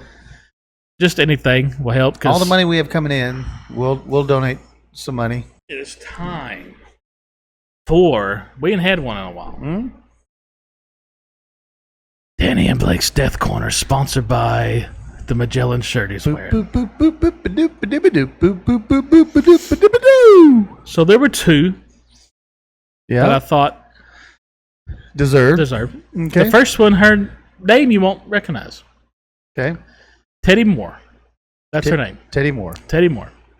She was born April 11th, 1947, and passed away August 5th this year. Canadian actress, script editor, creative consultant, and acting instructor. Oh, shit. Okay. There's one thing that anybody from our age will know her from. I also wanted to know what else was she in. I'll tell But you. go ahead. But the main thing is she was the teacher, Mm-hmm. Ralphie's teacher in A Christmas Story. A plus. And like I said, plus, yeah. Plus. Like I said, she was not in it a whole lot, but anybody that's our age and really don't have to be our age because they played the Christmas Story 24/7 still on Christmas Day. My favorite thing, and that's So- what I do. Oh yeah, we'd leave it playing. Like Yep. it's going to be on TV, It's on even if and you're not playing the watching entire it, time, it yep. will stay on. Yep. And that's kind of the sad time when we was like, oh, the last one's coming on. That's when we know Christmas Yep. officially is over when the Over. last one. But that's what anybody will know her from was Ralphie's teacher. Can you name what his teacher was? What was her name? Oh, fuck.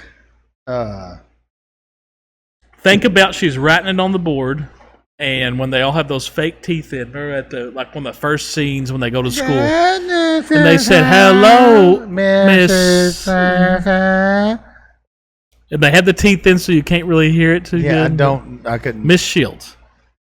Good morning, Miss Shields. Oh, yeah. But that's what everybody knows her of. She reprised her role in the 1994 film My Summer Story, which was like a little, I don't know what that was. So she was a teacher, She Miss has- Shields? Yeah, I guess. I don't know what. I need to look that up. What Yeah. that is. She filmed credits for a movie called Second Wind in '76. When was A Christmas Story? 83. Okay. Murder by Decree in '79. Overnight '85, and Down the Road Again 2011. 2000 what? 11. In 2011, she also starred as Mrs. Claus in a TV movie, Mistletoe Over Manhattan, and Oh, as shit. Nanny Shaw in the miniseries The Kennedys. She So- retired from acting in 2017. I'll be honest with you. I thought she was already gone. Well, I mean, Just because. what's funny is, like in the Christmas Story, she was like, one thing I knew for a fact just from my movie stuff Yeah. is she was pregnant during that movie. Oh, no shit. She was like 32. Wow. She did not look 32, by the way. But plus, The they're reason trying why- to make her look. Yeah, the reason that's- why I thought she was already gone was because she looked like she was in her 40s. No, she was like 32 and pregnant during that movie. Wow. She retired from acting in 2017, 7 years after she had been diagnosed with multiple sclerosis in 2009. Wow. Moore had 5 grandchildren. She died in Huntsville, Ontario, in August 5th, 2006, at the age of 79. 78? 79. 79? So she wasn't like horribly old, which shows you like during the Christmas Story, she was actually in her. Yeah, she was young. I think she was. I Jesus. think when I looked it up, she was like 32, and Wow. so rest in Dude. peace, Miss Shields. Yeah. Like I said, RIP. anybody, like I said, don't even have to be our age because everybody knows the Christmas Story. Yeah. And if you see the teacher, like that's her. And if you don't know the Christmas Story, What's you wrong need to with you? watch There's it. something wrong with you. because that's such a great Christmas There's, movie. there's something wrong with you if you Yeah. haven't seen that. It's a 24 hours. Yeah. That's There's no way how you you didn't- know it's such a you great had to Christmas movie. At least you had to catch it, a little bit of it, and know the movie. It's such it. there's no other Christmas movie they play at 24 hours of No. than that movie. And it's been going on for. And there's other great Christmas movies. I don't know how long they've even been doing that, but Forever. TBS did it forever. TBS and TNT both do it now. Now it's on 2 channels. Yeah. So it's like And what's funny is it's not. Is it the best Christmas movie? it's up there. I mean, it's in my like, brain. I'm going to tell you yes, but there are other that people put. Well, above people it. could argue like a lot of people say Home Alone, the first one. A lot of people say Rudolph, the claymation. The claymation. I love all the claymations. Nowadays, Elf's up there. Elf is such a great one, but it's not 24 hours. But there's only one. But there's only one that they do on Christmas Day. That that's I put on and watch it for 24 fucking hours. What's your favorite Christmas movie? It's that one. Mine is Home White Alone. Christmas. Oh, really? Oh yeah. Bing Crosby? Yeah, we went through that. Remember we? Yeah. Because my Still, I don't know. great grandma Elsie, Yeah. that was her favorite movie ever. Like she'd watch it during the summertime. She put the DVD in. So that I guess that's probably a little. But my what's great is my daughters love I thought it. you were going to say Die Hard.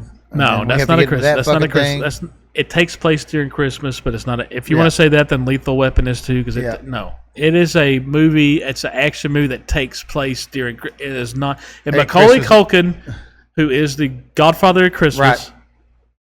he even said on the podcast, "It is not It's a Christmas." not, movie. So if Macaulay Culkin says it, I agree. Kevin? Because his is a Christmas Yes. movie. and then the other one was Mr. Donald Irvin Nelson. Donnie Nelson is what you might know him as. He was coach for the Dallas Mavericks. More than that, I mean, he coached for the Bucks, the Knicks, the Mavericks, Golden State Warriors. He was a 5-time NBA player with the Boston Celtics. He won the. Was that but- with Larry Bird? It would have been at the end maybe, because Bird was bigger in the 80s. Okay. But when the Celtics won like 5 in the 60s, early 70s, he played. He was a player. But everybody knows him around here because he brought the Mavericks Mavericks 80s were god awful. They were like horrible team. Like the worst, consistently the worst NBA team Like the Browns in the league. NFL. Like they were like the worst, especially in the 80s. And then Donnie Nelson took them over. Let me see what year that was. From 97 to 2005. So, Okay. and he had what they called it Donnie Ball. He was kind of ahead of his time. Like he was the wide open, fast paced NBA you see now. That's what Donnie was coaching back then. Oh, shit. Okay. And he was the guy that got Dirk as a rookie and said, "You're 7 foot, but you're a shooter." Like unheard of. Drafted to get Nash here. So he kind of took the Mavericks from the laughing stock of the NBA, because they were, yeah. to what we remember with the young Dirk, Steve Nash, Yeah. all of them. That was Donnie Nelson. Okay. They even called it Nelson Ball or whatever, like he was, like I said, his 5-time NBA champion, not 66, 68, 69, 74, 76 with the Celtics. They Okay. retired his number at the Boston Celtics. No shit. Number 19. And then he was 3-time NBA Coach of the Year, 2-time NBA All-Star Game head coach, top 10 coaches in NBA history, top 15 coaches in NBA history, whichever that means. Chuck Day Lifetime Achievement Award. So he's a great player and a great coach, and like I said, they call it Nelly Ball.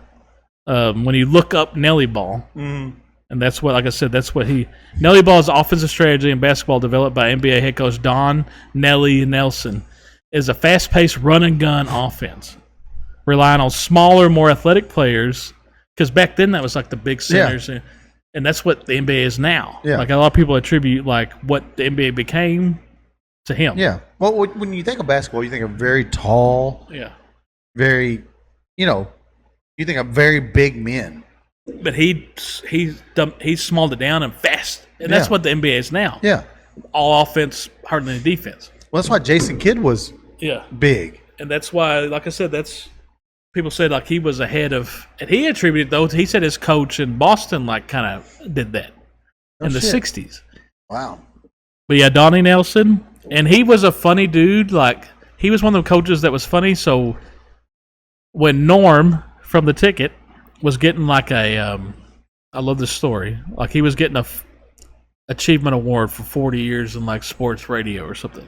And him and Donnie Nelson were good friends. And Donnie liked his cocktails and liked his cigars. And he got up there to speak, and he goes, "Yeah, Norm, me and you, they were about the same age." He's like, "We're getting old." He goes, "I went to the doctor, and he wanted a urine sample, a stool sample, a blood sample, and a semen's sample." And I said, "Doc, can I just give you a pair of my underwear?" And that was a joke he told like at Norm's. So that's how Don Nelson was. But yeah, so he was 86. Oh, wow. Good life. Yeah, good life. Like I said, Hall of Fame basketball player, Hall of Fame coach. You're right. Multiple championships. I remember the Nelly Ball stuff, because that was late 90s, and that was when Dirk got drafted, and Steve Nash.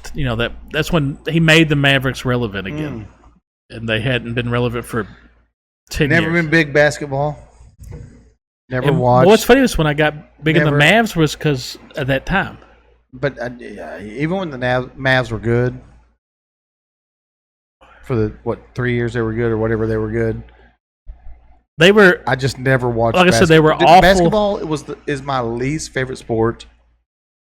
I don't watch hockey. I'd watch hockey before I watch basketball. Yeah. I'm not. The basketball nowadays kind of gets on my nerves because they don't let them play defense, and it just seems like it's dictated too much by the refs, and they can call a foul on anything, and guys are trying to. They cannot call the foul. Like I said, they're. It seems like I told you in my brain, like Jordan's the best and Kobe's the second best, and people that want to say LeBron's the best. He's a great player. Don't get me wrong, freak athlete. Might be the biggest freak athlete because of the size, but the players nowadays, it seems like they're looking to draw the foul, and if they make the shot, cool. Yeah. Jordan and them and Kobe, they're looking to make the shot, and if the foul comes, cool. Cool. That's the difference to me. They went, and especially Jordan. I mean, he was going through the meat grinder back then when they were letting you play defense, and then you had these big guys beating you down and stuff. Also, in the championship or whatever, where he was running a fever of 137 or something, and he had the flu or something. Getting IVs there at halftime. Yeah, and he was still just fucking a freak of nature. Ask Shaq, who was maybe the most dominant center of all time. In the heyday of when centers could be centers, ask Shaq who's the best basketball player is. Well, let me tell you a weird thing. I say weird, whatever. I don't know. I've never watched my wife. Never seen my wife watch basketball, other than our son playing, which is the same as me. Her favorite athlete, Shaq. But it's not because his play; it's because she sees like. Well, I don't know. But like when we first met, like I knew one of the things I knew about her was she loved Shaq. Well, he is a great personality. Like there's nothing better than. But he wasn't back then. Like he was just a basketball player back then. He wasn't a personality. But he was such a big. I love Shaq. It shows you how big he was. I love Shaq not because of his basketball, his personality, but then his philanthropy. Yeah, he does a lot of stuff for a lot of people, and Well, hell, so if you recall, there was this video game called NBA Jams. I don't know if you remember it. Oh, yeah. Is it the shoes? And you'd only be two people. It would be two-man teams like playing each other. Yeah. It would be. And the team always was on there was the Orlando Magic, and it was Shaq and Penny Hardaway. And that was like, he's on fire. He's on fire. Is it the shoes? Yeah. So, I mean, yeah, Shaq's always been. Yeah, I think if you got 3 slam dunks, that's when you're on fire. Yeah, or make 3 shots. Yeah, you're on fire. Yeah. But that was the team I always used on NBA Jams was Orlando Magic, Shaq, and Penny Hardaway. And I remember playing. I don't remember who I don't think I ever picked the same team all the time. I always picked Shaq was. He could always get off the rebound. That's how much I didn't watch basketball. I don't even know what fucking team I was picking, but I love the game. The game itself was a good game. Then Shaq, there was one video game called Shaq Fu, where it's Shaq in his basketball uniform, but he's doing like kung fu. It's called Shaq Fu, Oh, that's awesome. a video game. What's the movie he was in? The Kazam. Yeah, Shazam or Kazam. That's because because the other one is the Sinbad. one, the Sinbad one that people does, say didn't it exist. does exist. You can find it. But I swear to Jesus, it was a real But thing. Shazam, I think, was the Shaq one, and he did another one where he was wore like a armor suit and Oh no way! another. It was horrible. And then didn't he get into some wrestling too? Oh yeah, he got involved with that, and that's when you really saw how big he was Yeah, because he was bigger than. that's But so that's that bigger than the Big Show. He was a monster. yeah. So that includes Danny and Blake's Death Corner, Oh, yeah. sponsored by Watermelon Chill. Boop, boop, boop, boop, boop, ba-doop, ba-doop, ba-doop, boop, boop, boop, boop, ba-doop, ba-doop, ba-doop. Almost forgot to close us out. Yeah, you did. I got some conspiracy theory stuff to talk about, Okay. and I don't know. So here's what I want to do. Okay. I want to talk about the top 10 just conspiracy theories that people think this, and then what everybody says is reality. Okay.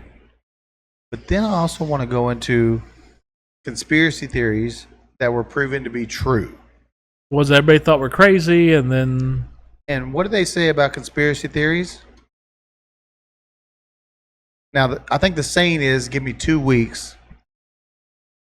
What's the difference between conspiracy theorists and people in reality? Whatever. I don't know. I don't know the exact saying. Conspiracy theorists and people in reality. Give me 2 weeks. if we can prove it in 2 To weeks, prove then the it's not. conspiracy. Then it's not a But conspiracy. in reality, I think it's probably 2 Oh, man, years it could or be 2 any time. decades. Or If it was 30 years later, but then you proved it right. right. So the JFK assassination. That's definitely up there. And I think everybody believes that. So the core claim,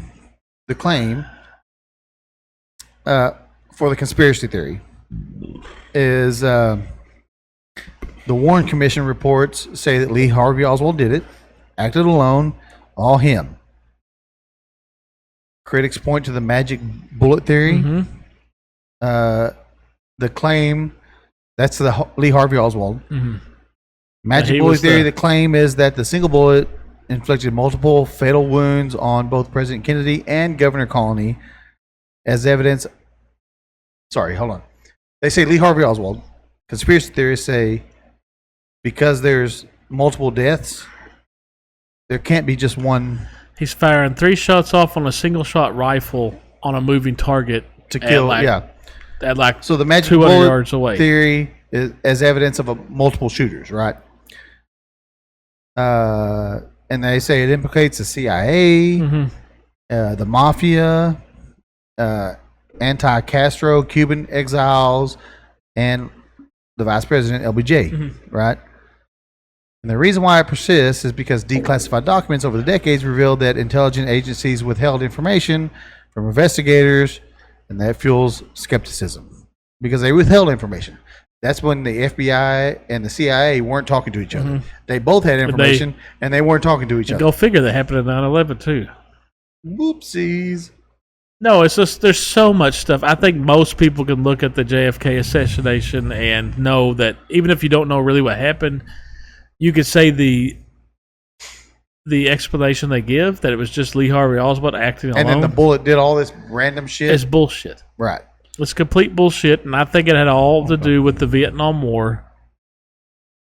I think that was the big front runner to it, and we wanted the war to happen because war is a money maker. Yeah. And JFK was very anti-war, Yep. Democrat. You know, he did not want the war to happen. Right. He would have stopped. He would have never allowed us to go to Vietnam. Mm-hmm. So that's why the CIA was involved and everything like that, and took him out. And he also made waves a lot of other ways that Right. the up and powers didn't like. And the Cuban thing with the war pigs and all that stuff falls into it. Right. So no, yeah, definitely he did not die from one single random shooter guy that also randomly got killed when he's in custody. So that's what like the number one. Sure, I agree perfectly. Conspiracy. Let me guess. Conspiracy theory. Let me guess. Number 2. Moon landing. Moon landing is number 2. Of course. Believers argue that the Apollo 11 moon landing was staged. The believers in the hoax that it was staged on Earth on an Earth-based set. Proofs cited the flag appearing to wave in the vacuum of space, the absence of stars, and no blast crater beneath the lunar module. So, like, because it landed, there should be something where it shot everything away, the moon dust away, to show that it landed, right? And plus, like everybody said, who's running the camera capturing this fucker landing and all that bullshit? I agree. Not landing, but at least taking off, right? Do I agree that we never went to the moon? No. I do. I don't think we ever went to the moon. Sure, I know what. Yeah. Do I believe that maybe we faked we got there earlier so we could beat the Russians and we filmed it all and that's why all this footage looks so shady? Sure. Mm-hmm. We wanted to be the first. JFK was a big promoter of getting right. And we knew if anybody went to the moon, it was a space race. It was us and Russia. We knew Russia was close. We faked it. But the difference is Russia went to Venus. Yeah, supposedly. Right. If you're a believer that we didn't go to the moon, then you think Russia went to Venus. But what I'm saying is, like, we're racing to the moon that's closest to us, but it's such a race because Russia went to Venus. But everybody was so focused on the moon, right? Right. Like, so I would agree that when we say we landed on the moon was definitely bullshit. That we definitely faked it to win. To win the space race. To be the first people that got there. I would agree with that 100%. India probably second. That video was the fucking worst. But that would make sense. I mean, sure. But man, so you think we've been to the thing that gets me? Why I think the faking the whole thing that gets me, is there's so many people that have to be involved. But that goes with everything. But the JFK assassination, so many people have to be involved. But the moon landing, I mean, that was. I just don't know. Hold on. Let me get this. Let's just go with JFK. You have to have FBI and everything there. CIA, everything there. But not every. And then us knowing all the other people. So let's say Cuba, and what did it say? It says CIA, the mafia, Castro, Cuban exiles, the vice president. So you're telling me all these people in other countries that's are also involved but aren't saying anything? You want to ask me what I think what the JFK thing was, though? Cuba wasn't involved. That was all us. We took out our own president. Right. Okay, I agree with that. Because of the Vietnam War and his views on democracy compared to what... So I agree with that. And that includes the mafia because they're tied into everything. So it's just... But with the moon landing, you think too many people involved? It just... I don't know, man. And let me get...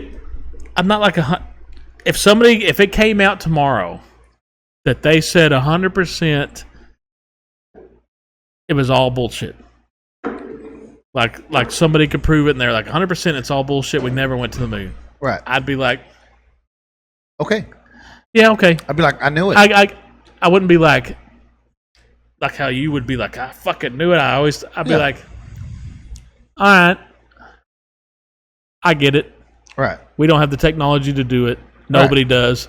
But it was such a good story, and all but the bullshit of we lost the telemetry data because we recorded over it. Now, that's a little weird thing about how we lost the technology to be able to do it again.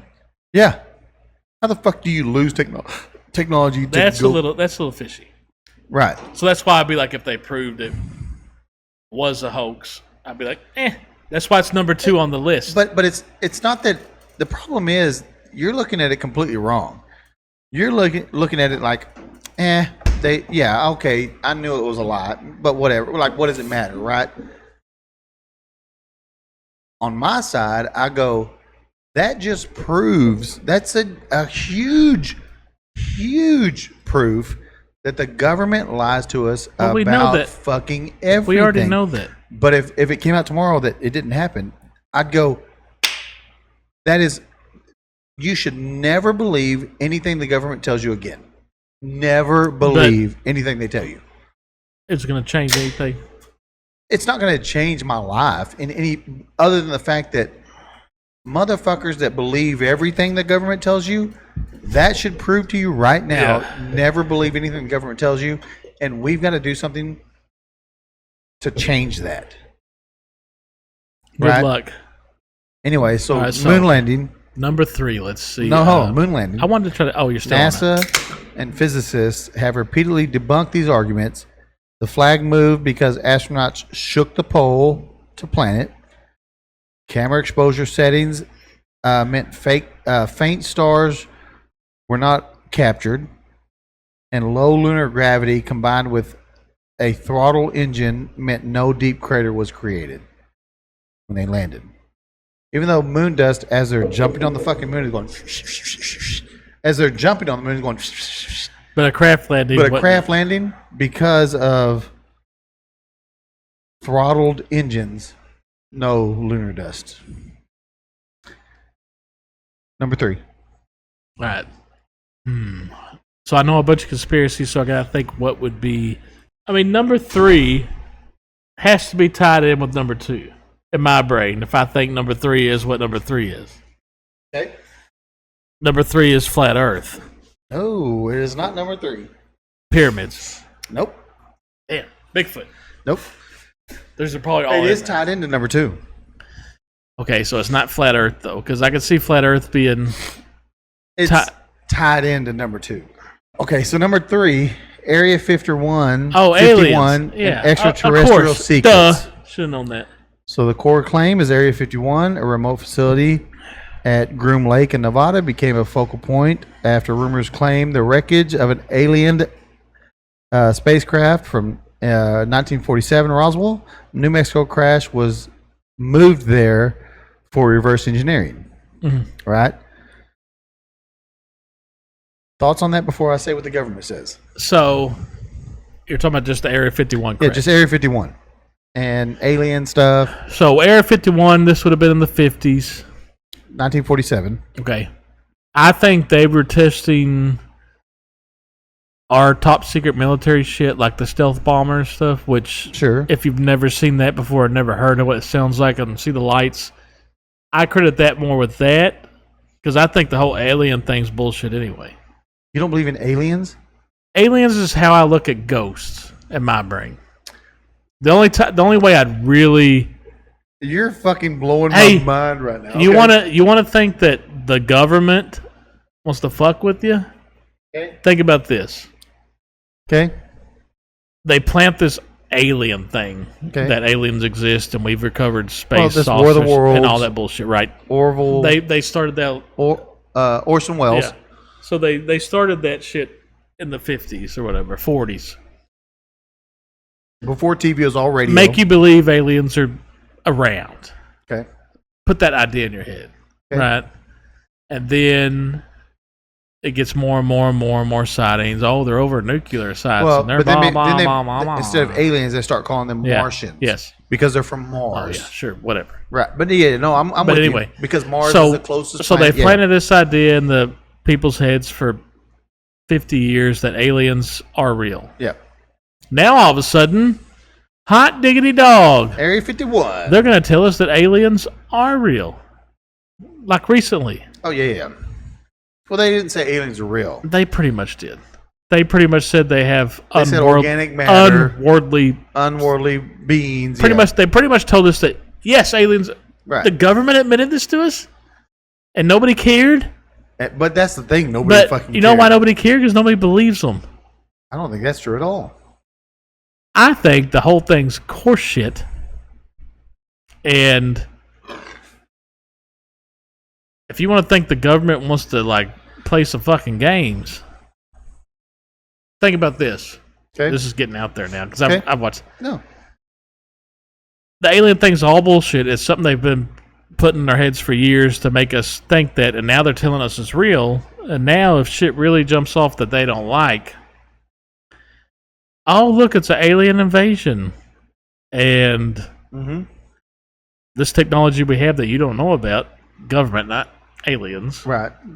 We can fake it look like it's an alien invasion and fuck with some shit and make things get a little what we want. Remember what was all the lights everybody was seeing off the coast of New Jersey? They're like fucking aliens. Drones? Yeah, it was drones. Military drones. Right. Allegedly. Military But, drones. I mean, they were. Sure. I think they were. Sure. But aliens with me, in my brain, it's like if you're, we didn't go to the moon guy. Yep. If you're a flat Earth guy, Hmm. you don't believe there's aliens. If you believe anything, it's going back to That can't be true at all. Like, listen, I will It's going back to debunk what angels. you just. I will debunk. they what ain't you just aliens, said. they're angels. I will debunk everything you just said. And here's how. So let's just, for the sake of thinking, Earth isn't flat. We are a spinning ball in the middle of a solar system, in the middle of a galaxy, in the middle of a ever-expanding universe. Sure. Right? So let's look at it that way. Okay. How can you be so simple-minded to believe that we are the only place that life can exist in this ever-expanding place that we can never see But the don't end the- of? Hold on, that we can never see the end of. So we're the only fucking place that life can exist, unless you only believe life can only exist the way we do. True. There could be That other is life true. forms That's- that don't exist the way we do. True, and that could be the explanation for. Really, you could combine ghosts and aliens in the same field. Like, are they Interdimensional, right? whatever. And that's why Yeah. ghosts are aliens. Aliens are ghosts. Like it's the same thing. So, But so don't for, the- so for me, I like in my mind. Let's just really philosophical, right? If you believe in a higher being Mm-hmm. and the Big Bang Theory and everything, there's no way that you can believe that everything in the universe is just nothing except for this one fucking small little speck in the ever expanding universe, this that we can see because there's, according to NASA and everybody else that knows everything about But the you universe. just said Hold on, that we are the only fucking place where life can exist. according to NASA, who you say fake the fucking moon landing and shit. Right. So Right, you're right, relying right. on their data. But I'm saying let's forget that stuff and let's forget. Sure. So if you want to for- go to that, So if you can, if you want to, but okay, let's just say, but you still believe we went to the moon at some point in time. At some point in time, I'm like someone's been to the at moon. the point in my life now. Yeah. I'm 50-50. Yeah. Okay, but still, so there's still a belief that we went to the moon. Sure. I have zero belief we went to the moon. There's no. I don't think we've ever gone. I don't think anyone's ever gone to the moon. So you Anyone. don't think anybody's ever even got out of our? Of low Earth orbit? No. So that means Russia never went to Venus, No, or I don't believe any the rover going to Mars, or No, that shit. or Journey. What is it? Journey 1 or whatever. They were like, oh, we lost communication because they were like, oh my God, where they were storing data and sending it back to us. Another fucking story, which we lost communication with this fucking thing that's 10 billion miles away from us now, just floating through the ever-ending space. Lost communication, and then all of it, it took like a day for the information to get back to us, and it was all gibberish. So what we did is we sent message back to the thing, and we told them, instead of storing the information here, because that's clearly fucked up, store the information in these 10,000 different spots, and then send it to us as you bring it all together. And now we're getting information from a place that's 10 billion light years away from us, or whatever they say. let me ask you this, since you're a flat Earth expert, Okay? right? You're a flat Earth guy. I'm not. Okay. You know the. Yeah, ins and outs. Yep. So there's supposedly like a orb over us or something, right? That's the firmament. That you can't get through. Mm-hmm. So if there is that, Okay. then nothing can get to us, right, through it? Because there's nothing outside of it. Yep. So that's why I'm getting at with the. If you're a flat Earth believer, and there's some, I'm saying throw that. But I mean- I'm saying throw that well, aside. what I was originally saying. Okay, but I've got an answer for that. Okay. Throw that. I'm saying for this. If there is for this part, if there is an infinite, yeah. if there is an infinite galaxy and Right. infinite space, How can you- sure, how there can you has believe to be there's another. life some sort of There life has to. out There has to be. Yeah, sure. Right. Okay. Now, you're saying aliens don't exist. You're saying this and this. Well, I'm saying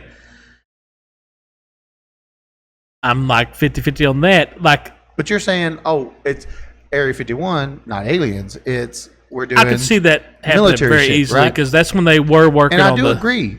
'cause they- Possibly military shit still. Because they were working on the What? stealth bomber. If we're gonna go with flat Earth now, flat There Earth, we go. right? See, that's when it changes. So if we're gonna go with flat Earth, because it's not alien shit, right? Mhm. We call them extraterrestrials, ET, right? he What likes if Reese's Pieces. if we go to the flat Earth theory, right? Mm-hmm. It's not about extraterrestrial coming from outer space. Ocean. It's not even the ocean. It's that the Antarctic wall isn't the end of Right. our world. You can go. It's that is the barrier which our governments that we live in But still, that's. allow us to not go to. But still, would and you? so the extraterrestrials, extraterrestrials, the aliens, Yeah. are coming from outside That's of where the I'm getting wall. back. So if you believe flat Earth guy and the wall, Arctic wall is the cutoff, those aren't aliens. What about Admiral Byrd? But those aren't aliens. They are on this planet. But listen, we call aliens illegal aliens. Well, is anybody that comes into our country? I get it. But when I say aliens on this conversation, I'm Okay. talking about from outer space coming to visit our planet. Right. Even with the flat Earth thing and the Arctic wall, and they're coming. Those aren't aliens from space. Correct. They are of this world. Correct. Just not a world we know because it's out of. Correct. But if our government said, "Oh, those are aliens, extraterrestrial, those are from wherever," unworldly. Mm-hmm. Yeah, of course they're unworldly. Of course they're extraterrestrial. Because it's what you don't let us know about. Admiral Byrd wrote a book about That's pretty crazy when you read that shit that he saw. when he went beyond the Arctic Wall, went beyond the passage And that now, he wasn't like, supposed to go through. and Antarctica is like the only place that all countries have signed off on that The you. Antarctic Treaty. That's crazy. Right. When you look into that, it's like, why? Right. Why? Well, that's a great question. It's a question no one knows how to answer. And no one ever will. And no Because one they're ever going will. to kill anyone that ever gets close to knowing that answer. Well, you can't even fly beyond a certain point. You get met by military Basically- planes telling you to turn, not even fly. Your ship can't sail. Basically, forbidden zone. Right. But nobody will ever know because, You're not allowed to go there. and if anybody ever even got close to figuring And it why out, guess does- what? All the countries that have signed that treaty have research facilities there. Mm-hmm. Well, what the fuck are we doing down there researching shit? The In this freezing cold, the it's humanoid the type. very opposite. Well, remember, like when It's they the opposite of a desert when they talk about like the maps from like the 1500s that have Antarctica on there not that no one frozen. ever knew and about. it's not frozen either. Yeah, and no one ever knew Antarctica was a place Yeah. back in the 1500s. Antarctica wasn't even discovered, yet it's on maps back in the 1500s. I like that Alien versus Predator theory movie. What's that? I know the movie, but So in the movie, the predators visited us, the aliens, and that's how they showed us how to build things and pyramids and all that came. But they really wanted to use us for we looked at them as gods from the predators up there. above. And they showed us things. And they showed us how to build things. And they engineered, but then they would bring down, and we had to give up sacrifices for them because they brought the xenomorphs down that were the aliens. Yeah, But they needed humans, the face huggers, right, so they could have the ultimate hunt, and that was like their training. right. Mm-hmm. And if anything ever went down where the xenomorphs took over and the predator trainees got overtaken, they setting off the bomb and it's resetting that. Right. Boom, done. Back to Stone Age. Well, so the theory with the people that are flat Earth, And of course, I'm joking about that, but I thought that was pretty good. but the theory with the people that are flat Earth is that this inner circle inside the Antarctic wall is where they're trying to build the perfect society, and there's always a reset when shit goes wrong. Yeah, got to reset And us that's back. why we don't know how the pyramids were built. We don't know how. Yeah, like I said, Machu Picchu, I'm we down don't with. know how. I'm all down these- with that theory of something And so happened. the outside, they are like they're trying to get Where the the- inside to be we're their lab rats, right. and every time something goes wrong, they reset us back to the Stone Age, and then we go a different way to. Oh, we went the Bronze Age this time. We went this way this time. That's when Yeah. we don't understand old shit we find because Right. The schist disc that was found in Egypt. Number 4. What do you think number 4 top conspiracy theory is? So we had JFK, JFK, Moon landing. Area 51. Area 51. Damn. This one, Maybe a stretch. I don't know if this is a stretch. Bigfoot? No. So this one is like secret societies. Oh, Illuminati. Yeah. Sure. Yeah. I would think that would be higher nowadays because people Right. seem to really believe in that So shit. the core claim, this theory asserts that shadow elite networks, which I think is 100% true, For sure, there's more powerful people behind the line. such as the Illuminati, Bilderberg Group, or the Council of Foreign Relations, manipulate internal finances, geopolitics, and cultural shifts. Sure. I think that's all 100% true. Power, I don't think that's a conspiracy No. theory. I think that's power 100% true. rules the world.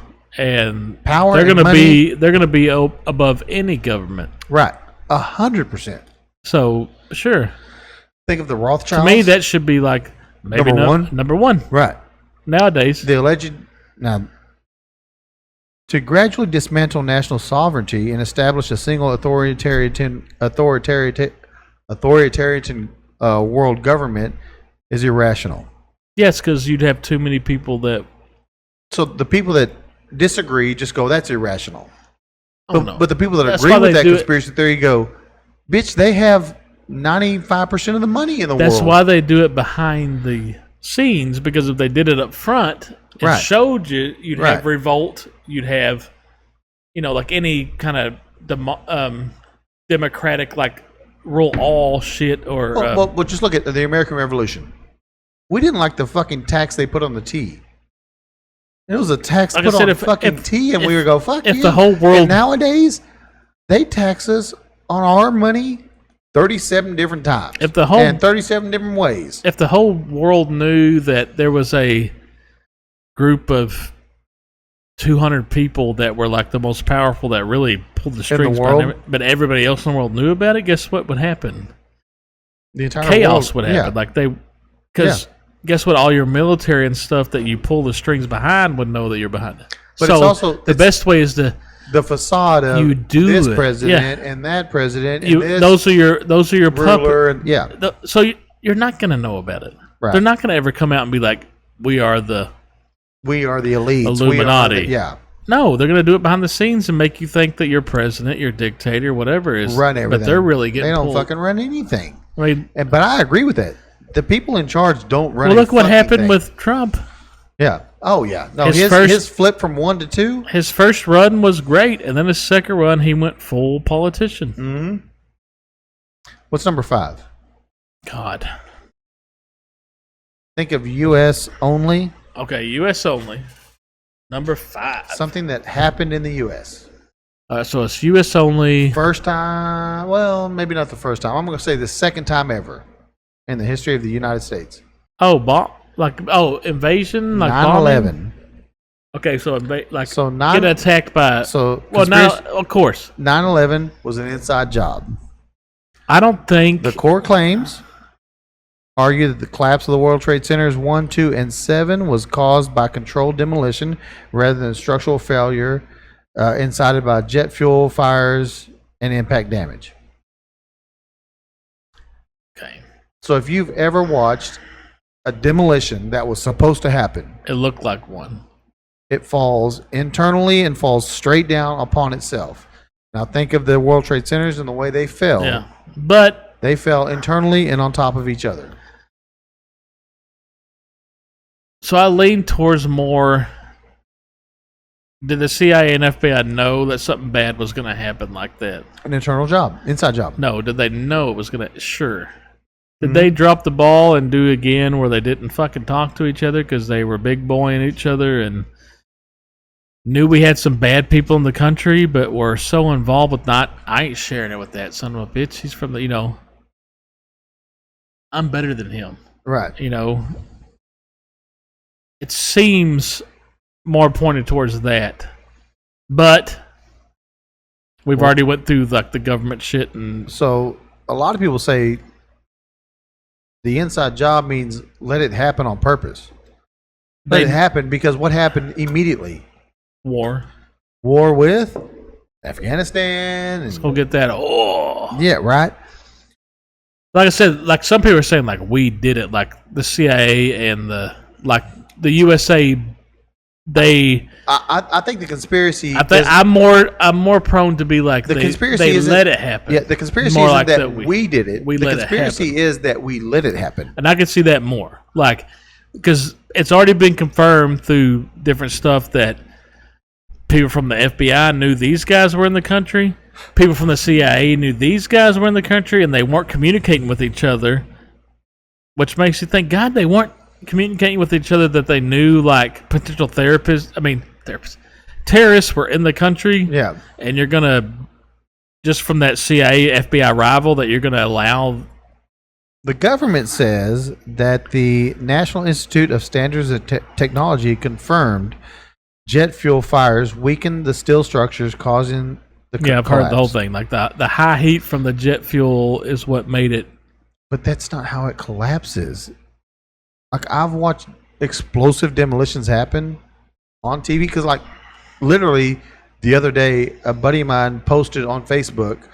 He woke up because a place next to him was Being demolished. being demolished with the explosives, and so he heard like the first couple, and he went outside. But by the time he went outside, it was all gone. Well, they're designed to fall but in. a guy that was in an apartment complex took a video of it. He was like, "Why the fuck didn't let anybody know that this shit was going on? I was asleep and I heard the shit, and I came outside going, what the fuck's happening?" But he posted the video that his friend took of it being demolished, and it falls straight down upon itself. It's designed to fall in, so it doesn't That's how affect anything around it. when you're doing demolition with explosives, it's designed to, like you said, fall in on itself. Wow. Well, that's how the World Trade Centers did. They fell in on themselves. They didn't fall over. They didn't. Whatever. So I mean, if you believe that, then you're not just like they let it happen. They were involved. It's that we allowed it to happen, but if you believe in that, right? If you believe that it was, So we allowed it to happen, but we helped it happen. yes, no. If you believe like it was demolition, like Yeah. controlled, Right. then it's more than you allowed it to happen. That means you We're a part of it. We Right. had a we Right. were We were involved. part of it. Yeah. So there's a big difference to Inside job versus. we allowed it to happen just so we could go to war and get that oil, or But I think you have to allow it to happen and make it look as bad as possible. if you wanted to look as bad as possible, then you allow if conspiracy is they Right. if you want it to look as bad as you wanted, then you let it.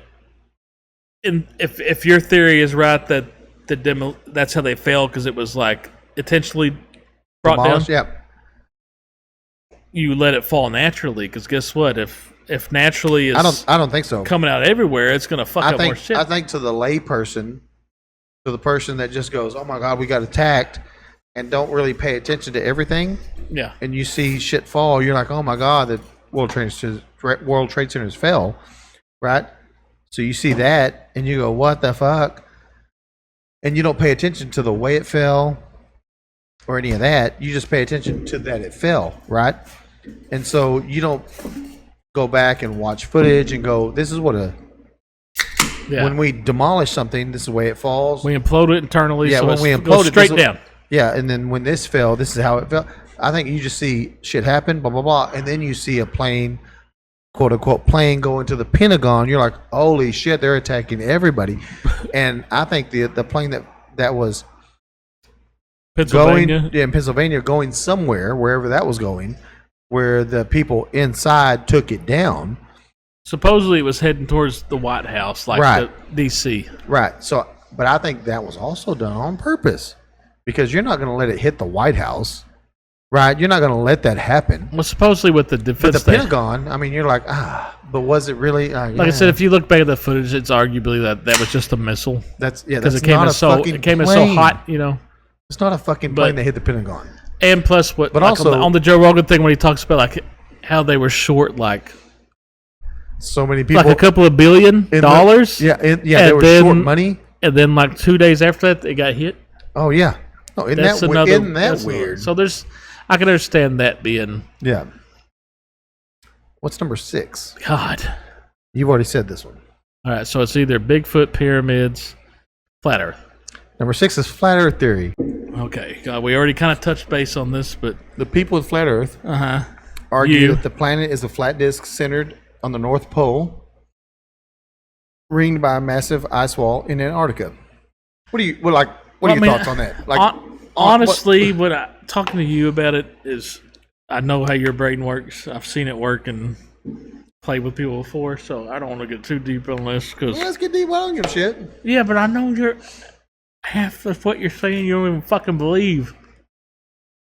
You just like the fucking ask Chris Wolf. 'Cause I've seen that work Let's go to pretty Sutter. good. I don't know. I know a lot of pilots. I do a lot of work with planes. Yeah. These fucking theories, these motherfuckers throw So- out that they. Okay, so Johnny Airplane, I'm not as you Johnny say you Airplane, are. but I know a lot of people that fly Johnny planes. Aeronautics, as you say you are. Why does an airplane flying around the world not have to constantly bring its nose down to follow the curvature? Gravity's pulling you down, homie. Oh, gravity always pulls it down to the exact coordinates that it needs to be pulled down. You're still guiding flaps. So I'm not getting into the. I'm not doing this right now I'm asking a simple because question. we would be there. I'm Way, asking a simple question. I'm not doing it. That's all We're I'm not. asking. Hey, I know. I've seen this show. I've seen this show many times with different people on your fucking flat Earth innocent bullshit that you're. Let's move on because we could be here for hours, and I've seen this game 500 times. Number 7, chemtrails.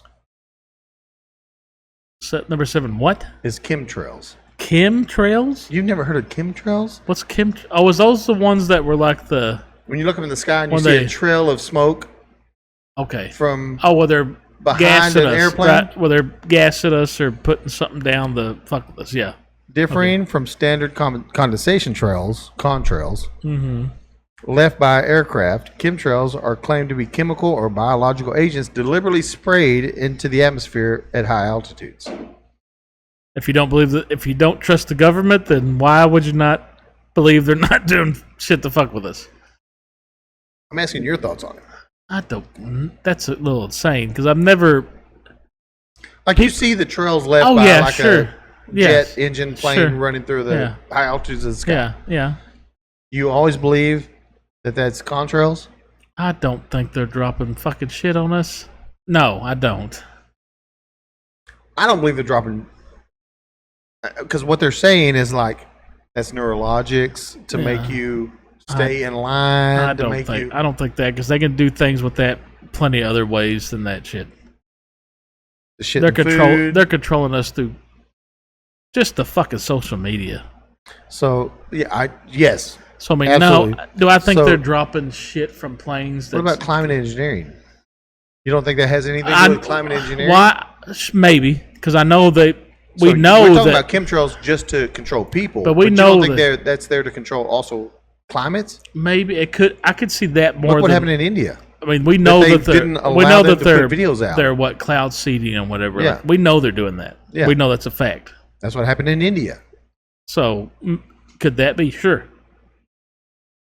but not anything else. So just Well, I there are- mean- so you believe cloud seeding, but you don't believe chemical engineering of people. How can you believe in one but not the other? I don't know. I think that if they want to control our Because minds, you don't know because you don't think about it. No, I don't think about it at all. Yeah. Like you're bringing this up to me. I also don't believe in I think cloud seeding is a thing, and in fact, I know cloud seeding Yeah, is a well, thing. no, they've admitted that they've fucked with it. So if I believe cloud seeding is a thing, I cannot not believe chemtrails aren't a thing. Sure, but I'm out on them sending down mind controlling shit. Okay, hey. No, we know Cloud City's a thing. Yeah, number 8. God, have I said medical and vaccine suppression and microchipping. Okay, so the vaccine. I'm not a vaccine guy. So the microchipping thing, which was a huge thing with COVID. Yeah, sure. People were like, remember the videos when they were like, it's sticking. Yeah, the magnet stick. I don't believe that's a thing.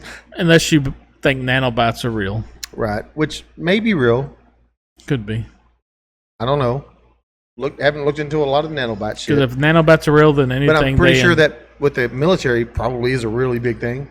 Sure. The vaccines being COVID was bullshit. The COVID vaccine was complete bullshit. Complete bullshit. Complete bullshit. I think it was. Look at the Fauci shit. Well, I plead the fifth every fucking time on anything. I do believe a guy that got pardoned for 10 years on anything that played the fifth. Yeah. Like even if he said anything, he's not going to get in trouble. Right. He wouldn't. So even if he said, "Oh yeah, no, it's all bullshit," and nothing could happen to him. And to me, I'm a perfect example of I got COVID. Okay. Wasn't vaccinated. Okay. At that time. Yeah. It wasn't a big deal to me.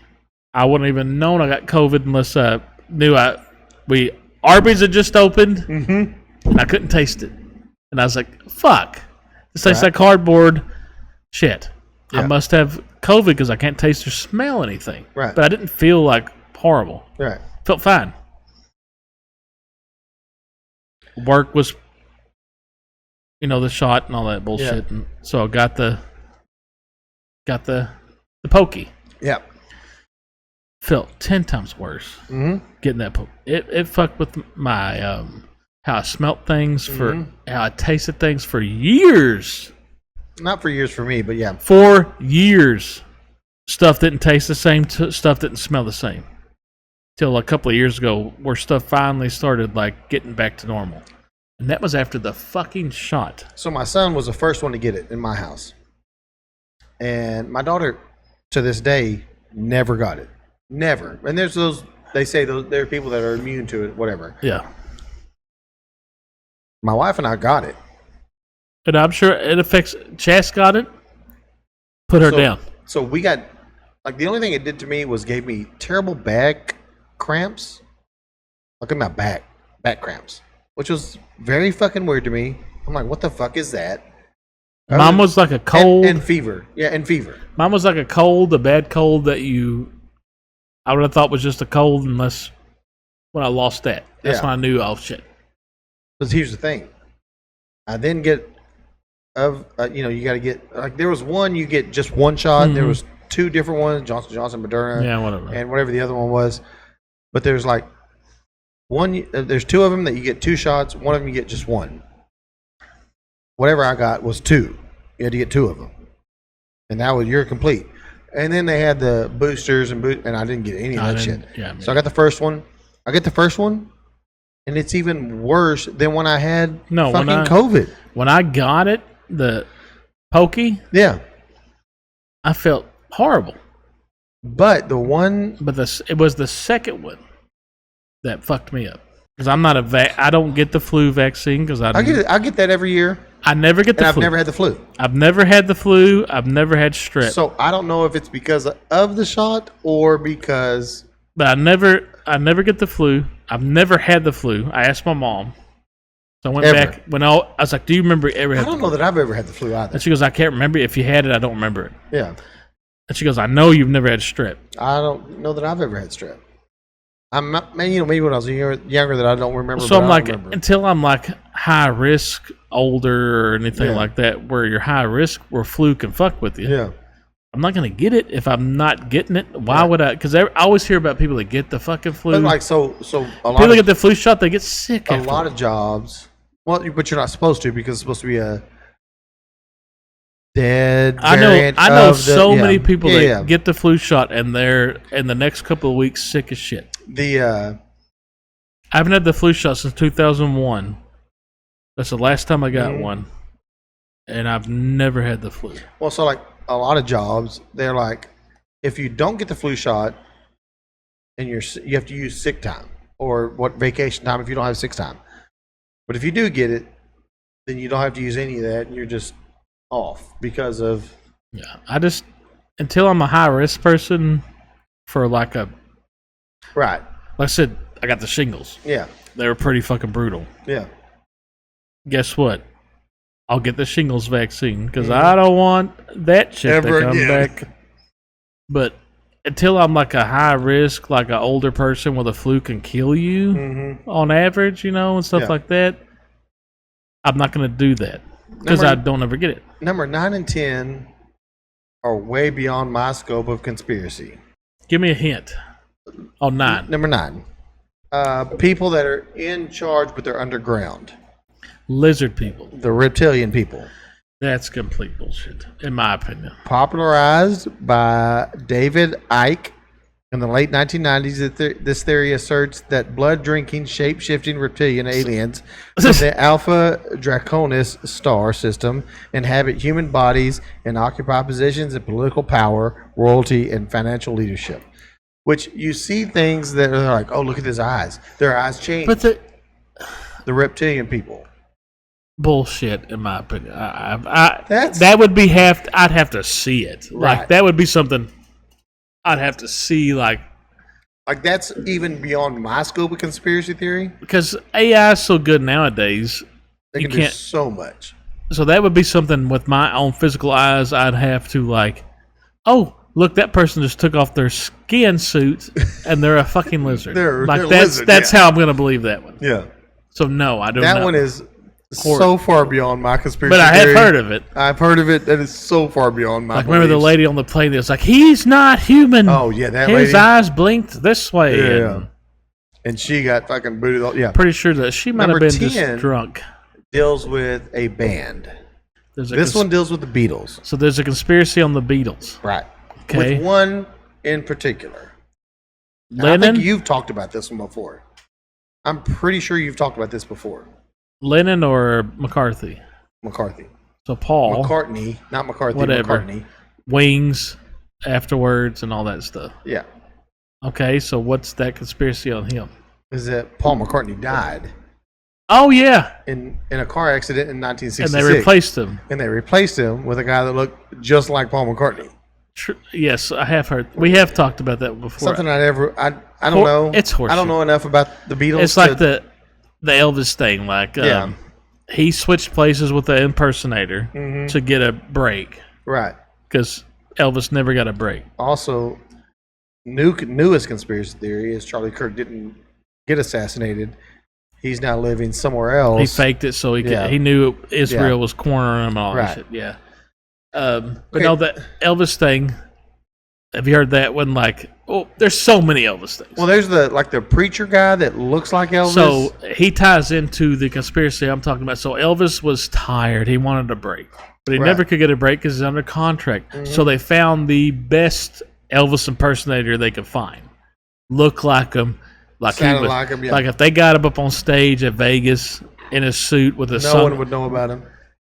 He said, "Man, we're going to hire you. You're going to sign this disclosure agreement. Yeah, NDA, yeah. Yeah. You're going to do the show for a while. We're going to pay you this much money. I'm going to take a break. I'm going to take on your life. Yeah.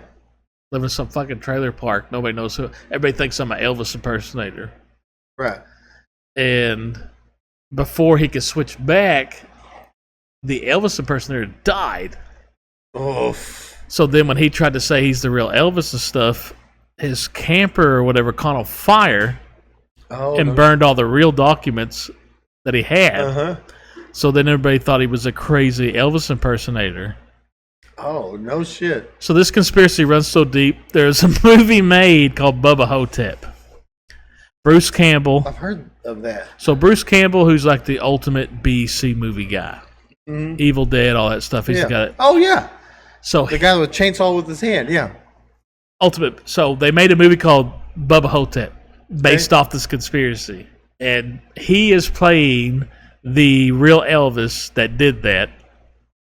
And everybody thinks he's just a crazy old guy that claims he was Elvis. He was really just an impersonator. Yeah. And now he's in a nursing home. And nobody believes him. They just think he's a crazy guy that was an Elvis impersonator. Right. And there's a black dude that's in there with him that claims he's the real JFK, and he really didn't die. And they switched him and dyed him, so he, that's how they hid him away. God. And it's a complete outrageous movie because like a mummy shows up and is sucking the souls of the. God. But it was based off that conspiracy. It's based on him. Yeah. And it's based off that conspiracy that he was the real Elvis. He switched places with the impersonator. Before he gets switched back, the impersonator died. His trailer caught on fire that had all the real documentation. Yeah. So they just think he's a crazy impersonator that thinks he's really Elvis. So there's like I don't know if it's still today. I don't know how old the guy is. I've seen the preacher thing. But the preacher guy he sounds like him. And they claim he's got the scar and all that shit. But he's even come out going. But there's been. But he's even come out going, I'm not Elvis. No. I just like his music. And I do sing his music. There's been so many. If you looked at then, for a while, there was a guy. There was like. It's like the Billy the Kid shit. Right. Like there was a guy. Yeah, the guy in Heiko, Brushy Bill, and then there was another one in Arizona, and it's like that. Like, but even you were sweating so bad. And I took the hat off. You were sweating. Why? But like Elvis backwards is Seville or something like that. And there was a guy whose name was Seville or Civil, and they're like, that's Elvis. This is like when I was young. So funny we talk about this because today in the hospital, my mom shows up with my nephew. They came after, and my mom is like, you won't find a biggest Elvis fan than her. Like, she loved Elvis. Like, when it's her birthday, I try to find like something Elvis.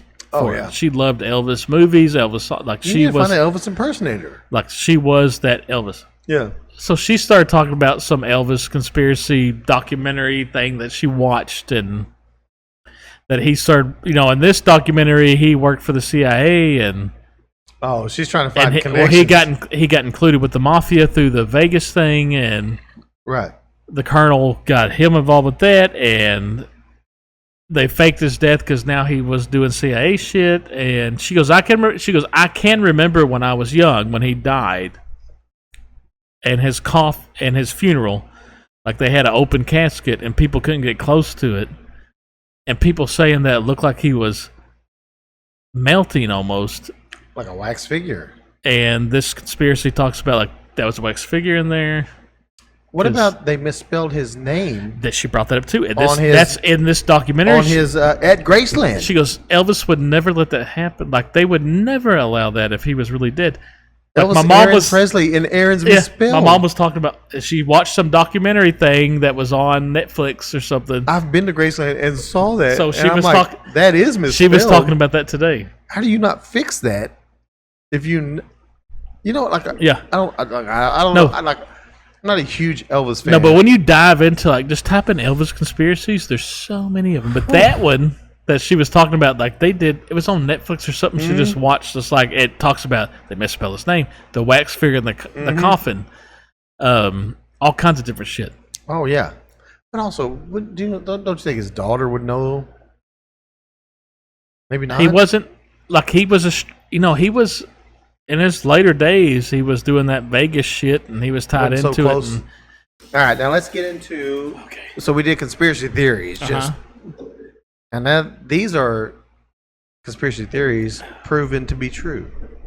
Okay, the ones that everybody thought was Can bullshit. you think of any conspiracy theories proven to be true? I'm gonna tell you, I've got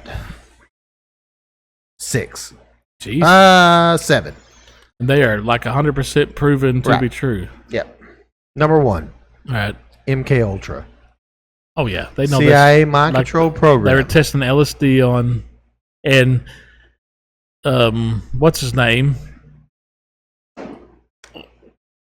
Charles Manson. Manson was Yep. one of the ones they tested. So from 53 to 73, so 20 fucking years, the CIA conducted illegal human experiment programs to develop mind-controlling truth serum and interrogation techniques. yeah, they were doping them with LSD, using prostitutes to lure Johns, as they call in, and then they would dope them with LSD and observe and see if they could control people with LSD. So unwitting suspects, including mental health patients, prisoners, and university students, were administered high doses of LSD, subjected to electroshock therapy, sensory deprivation, and psychological torture. That happened. Mhm. So they took fucking crazy people, prisoners, and fucking college students. Yeah, they were testing all the. It was uncovered in 1973. The CIA director Richard Helms ordered all MKUltra records destroyed, but thousands of misfiled financial documents survived and were exposed in 1975 Church Committee congressional hearings. Yep, So they they were admitted trying to hide the fact that they were doing this shit, they were. and it got uncovered. Yeah, all because see if they could mind control people. This one is like, that one's fucking weird. This one's also fucking weird. The Tuskegee syphilis study. They gave people syphilis. In 1932, the U.S. Public Health Service enrolled nearly 400 impoverished black men in Alabama who had syphilis to study the progression of untreated syphilis. So they weren't treating them on purpose, just to see what happened. Right. So they were like their lab rats. Doctors lied to them, telling them they were receiving health care for bad blood. Even after penicillin became the standard cure for syphilis in 1940, researchers withheld the treatment so they could observe the disease's natural progression. Oh my god, So they that's said, awful. "We're giving you shit," They weren't really, but they weren't probably really, give them like to saline. see how far. And syphilis even would after transfer. they knew what the cure was, they still didn't give it to them. So Peter Buxton leaked details to the press in 1972. So this started in the 40s. In 1972, ending the study and leading to the strict modern regulation of human medical testing. Jesus. So they took these 400 black men that had syphilis and we're just and, gonna watch said, you. "We're going to give you some shit, and we're just going to see where syphilis goes. Yeah, we want to see how We're giving you shit that should fix it, So they're not giving them. but They're we're probably gonna giving them like a placebo, and we're going to see how it goes." It even took after they 30 knew, fucking years. even after they knew the cure too. Yeah, it took 30 fucking years for them to stop it. God, I didn't know about that one. Number 3, the FBI COINTELPRO. I don't know what that is. COINTEL. It's COINTELPRO, COINTELPRO. Between 56 and 71, the FBI ran a secret counterintelligence program aimed at surveilling, infiltrating, and discrediting and disrupting domestic political organizations. Civil rights leaders, including Martin Luther King, and anti-war protesters, and the Black Panthers and feminist organizations is So who they they sending targeted. spies in. In 1971, activist group the Citizens Commission to investigate the FBI is the name of the group, broke into an FBI office in Media, Pennsylvania, stole classified documents, and distributed them to news outlets. So basically, they were surveilling people, Groups, organizations, groups United States, like in the U.S. Another group broke in and stole the I documents. guarantee you, they're still doing that Oh, to absolutely. this day. That's why we have fucking flock cameras and all this Yeah, other they're shit. still going doing on. that. Now it's easier; they don't have to send people in because they got in with these phones. Mm-hmm. Oh yeah, they got the phones now. They don't have to send undercover agents anymore. Operation Paperclip. You ever I've heard of that. I've never heard of it. I've heard of Paperclip. What do you think it is? What was that? I know I've heard of Paperclip. What Let me was tell it? you. It'll come to me when Following World War II, in 1945, U.S. Joint Intelligence Objective Agencies secretly recruited over 1,600 German scientists, engineers, Oh yeah, that's and when they're technicians. studying. Like they got their best scientists to develop like all kinds of chemical weapons and stuff. They got the best scientists from Germany. They brought the scientists from Germany over to America to bypass President Truman's explicit orders forbidding the recruitment of active Nazi Party members or war criminals. Military intelligence officers scrubbed official records to erase ties to Nazi ideology. Scientists like Werner von Braun were brought to the U.S. to advance American rocket and space programs. Operation Northwoods. Northwoods? Mm-hmm. I'd never heard of it either. In 1962, during the heights of the Cold War, the U.S. Joint Chief of Staff drafted a proposal to generate public support for military intervention against Fidel Castro's regime in Cuba. Okay. Here's the plan. The proposal advocated staging false flag terrorist acts on American soil, including sinking boats carrying Cuban refugees, bombing U.S. targets, and hijacking airplanes. President JFK rejected the plan, and the documents remained classified until declassification in the 1990s. This was around the Bay of Pigs shit. Yeah. You ever seen that Bay of Pigs stuff? Mm-mm. So we invaded Cuba, but not really. But we had it went wrong, like bad. That's why the Cuban thing is involved with the JFK assassination. Look up Bay of Pigs when you get a chance. Yeah. Not good? Mm-mm. And number 6, the Gulf of Tonkin incident fabrication. Gulf of Tonkin? I've heard this from Facto, so I don't... Yeah. Like, I know what he's told me, but I don't know... I've never heard of it. Read into it, looked into it. In 1964, LBJ announced that North Vietnamese torpedo boats had launched... this is what brought us into Vietnam. Brought us into Vietnam. Yeah, I remember this now. That North Vietnamese torpedo boats had launched unprovoked attacks on American destroyers in the Gulf of Tonkin, promoting Congress to pass a resolution to escalate the U.S. involvement in the Vietnam War. Makes sense.